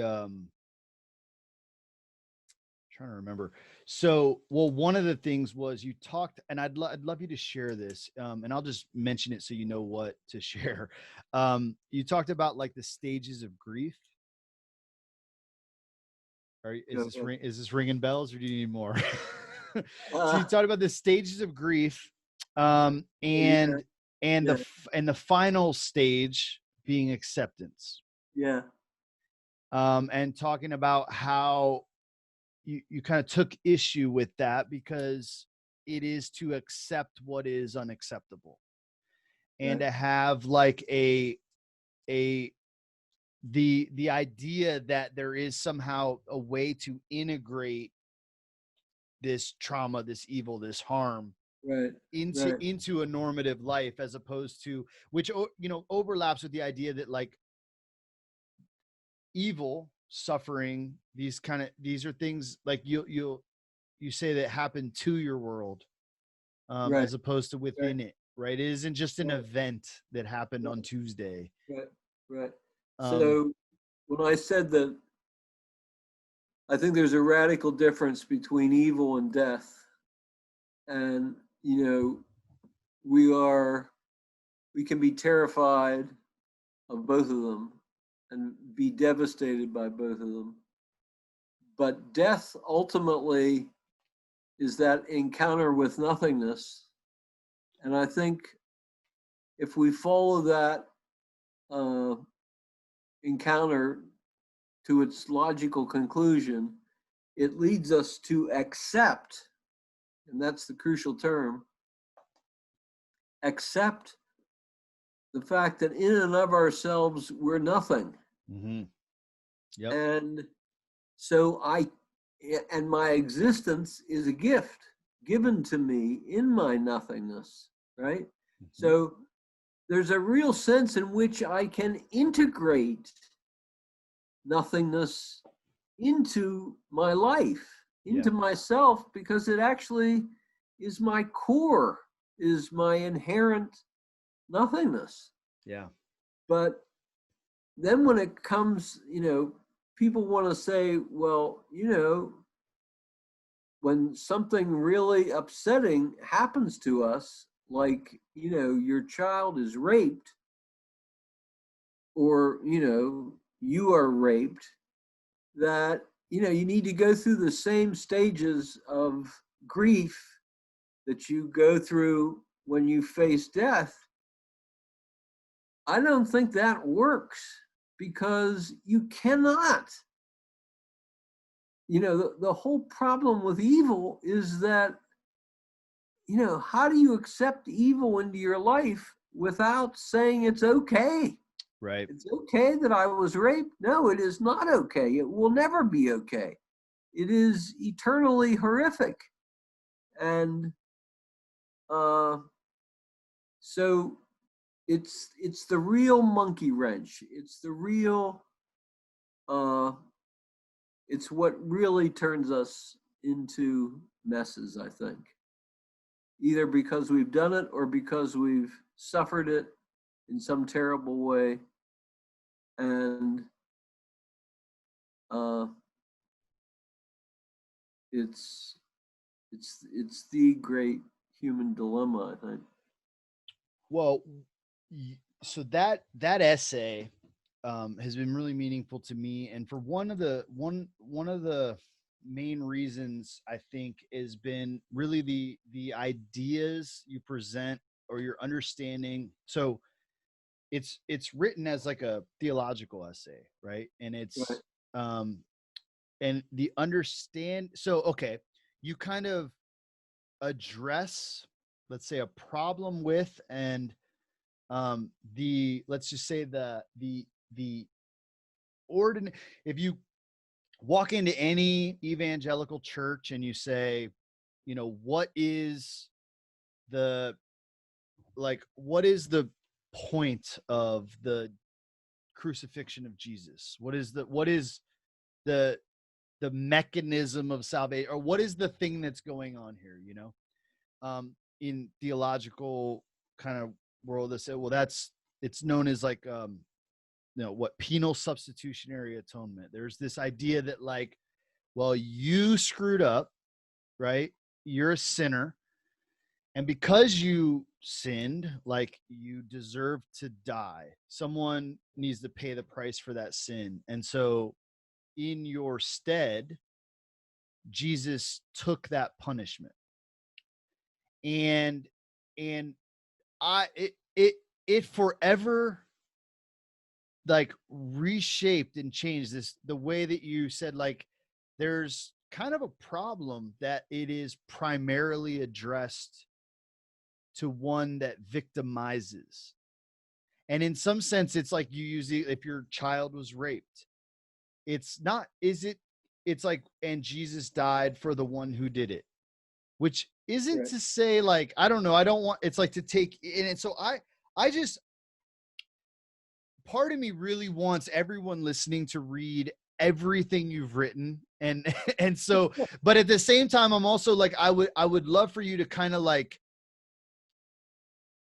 rather than me trying to recount that, like to share the insight, I guess, at the, like, what is the issue with that being the primary way Right. that the gospel is addressed? So I actually think we should not go there. Okay. My concern is that it's so grievous. It's so serious. Yeah. It's so I've been very affected by somebody who the father of a rape victim who read that essay and has corresponded with me, and has helped me appreciate just how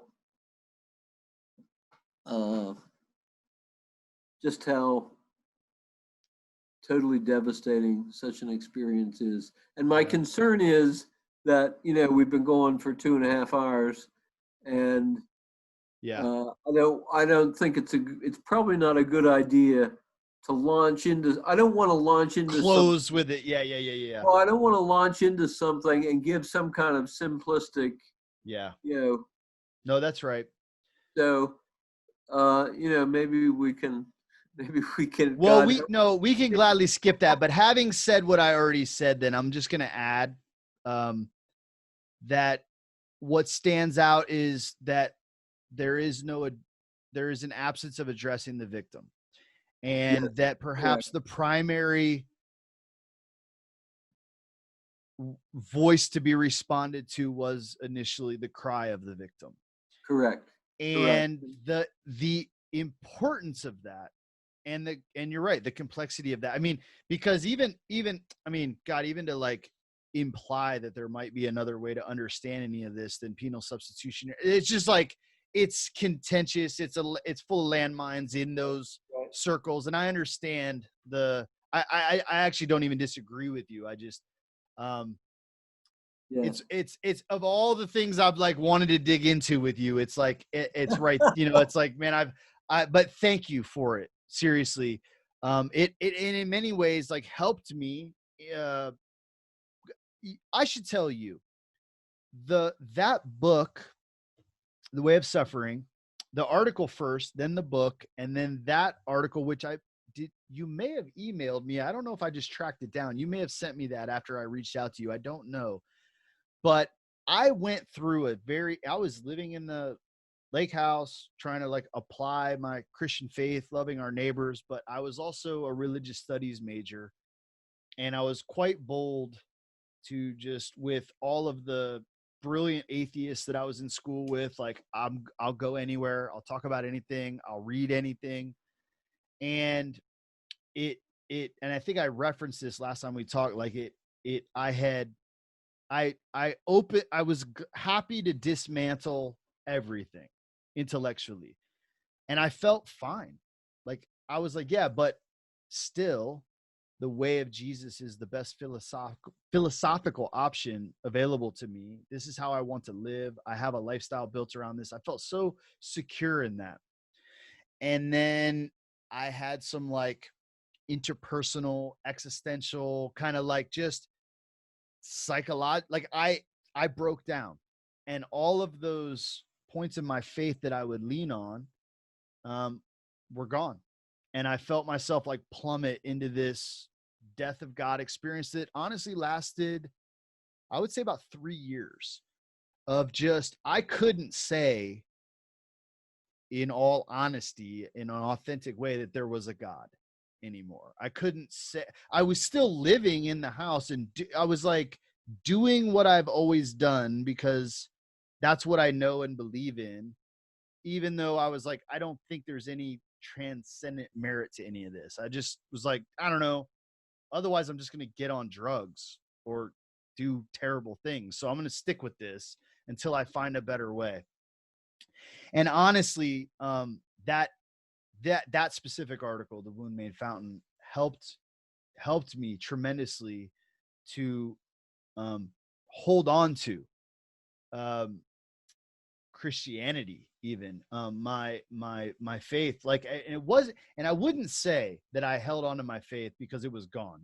It was gone, but something had a hold of me that kept me through that. And I'll never forget actually reading. I was driving, listening to the Screw Tape Letters by C.S. Lewis. And I remember a letter from Screw Tape saying, I got your letter, this little letter to demons. He's like, I got your letter. You're all happy that you got this guy to stop believing in this and stop going to church, and he doesn't care about this and he denounces this, and you're super proud of yourself. But he continues to live as though there were a God. He continues to, and he's like, and then the Screw Tape wrote, there is no greater threat to our cause than the one that wakes up in the morning, looks around, sees no reason in heaven or earth to believe, and then acts it out anyway. And I remember like choking up and pulling the car over and realizing like that's this thing that I had been trying to do. And for some reason, like the idea that was a threat, like that, just that voice saying there's no greater threat, I was like, see it through, like keep going. But anyway, there was a lot of these. I mean, I was just grasping. And then to this day, I'm like, it's not that I got my faith back, right? It's that something else emerged entirely that made whatever I had that I was calling my faith seem silly down the road, which I guess incidentally is something about like the future, right? The evolution that took place through that trauma, through that crucible and crisis that happened for me, that in the end, I don't know, have been made by it, formed by it, in a significant way. And honestly, you've been a partner in that journey all along the way. Fabulous. And I've been so grateful for you, grateful for these conversations, man. I'm really glad you were willing to do this again, to put in the time. Great. It's great. If I can ask you, I don't know if this is too big a question to close with, but I did want to ask you something that was in the kind of realm of faith and the kind of in theological language, there's this idea of like eschatology, the eschaton, the end times, and I guess like I'm curious in your ideas about the future and the not our posture of openness toward an unprecedented future without trying to control it, and then how that might overlap with something like the hope in the kingdom of God, or the mission of the church in the world, and like how those things might relate. If that's too big of a question, then that's fine. We could park it. But it was kind of on a list of things I wanted to ask you, because there seems to be something possibly really important there. Yeah. So, well, the whole question of the church is a big issue. Yeah. And the whole issue of providence is a big issue. Because the way I talk about the future, you have to rethink what providence is all about. And the way I think about the future, you also have to rethink what eschatology is all about. So I think my inclination would be to say something like the eschatological process is already occurring. Mm-hmm. And because I think with Jesus, and if Jesus and the Holy Spirit are operative in human history, then human history has already been sort of broken open to the divine influence. And so you have rocks evolving. You start off with just material particles. Then you get chemical compounds emerging. Then you get the unprecedented emergence of life. Then you get the unprecedented emergence of animal experience. Then you get the unprecedented emergence of human astonishment. So the human person is the highest ultimate evolution, because we can become aware of the universe and be appreciative of the universe. We can also become aware of the Creator and aware of the Creator's relationship to us. And that opens up the possibility that we could somehow evolve into participants in divinity. Yep. And so that is what I would mean by the eschatological, our evolution into, in some sense, being divine persons. Not divine persons in the way the Trinity is, but adopted somehow, participants in divinity, just as we can be participants in the buffalo, right? Yeah. Mm-hmm. So that we can become participants in what transcends us. And so I think that is already happening. And it especially happens when you see somebody like Martin Luther King, who is doing the kind of thing that only a person inspired by a transcendent other could do, I think. I would even say eschatology was happening in your intentional community. Yeah, I've always referred to our work. Does that make sense? It does, actually. I've always referred to our work as a rehearsal of things to come, right? Right. And exactly. it is a playing out of what we believe the world that is coming. It's like to bring that reality into now, to rehearse that thing that we believe tomorrow should and will look like. And I guess that's the question I had, because I guess in the relationship, my relationship to the future is one that is like feeling like called to and trying to bring in, like there's this threshold. Exactly. that we're trying to enact it today. Like this is your kingdom come here now. Like this. I would. And it is here You're now. breaking up again, John. Am I? You can't. It looked like it said. Is that better? Did it fix? Yeah. It's better. Yeah. Yeah. So that and so then because that's what I wondered. Like, do you think that's an appropriate kind of posture to the future? Like there is in some sense like a vision of things to come. So when you say Martin Luther King it's like it really is, the prophetic is as if he could see the future. I mean, there are things that I read in his interactions. Like I was reading where do we go from here? And he's like talking with Stokely Carmichael and they're arguing. This is some of the contention he had around like Black power and like some of the like inclusion of white people in the marches. And they're kind of going back and forth. He's like, let me tell you where this is going to end up. And you read it and you're like, my God, was this man beyond genius? He could see what was coming. You can look back now. We had the vantage point of time to look back and be like, right. This wasn't just smart. This person was like, could see the future in some profound way. Like he had his finger on the pulse. Right. And I just, I guess it just baffles me a little bit. And I was curious, like what your. No, I think that's absolutely right.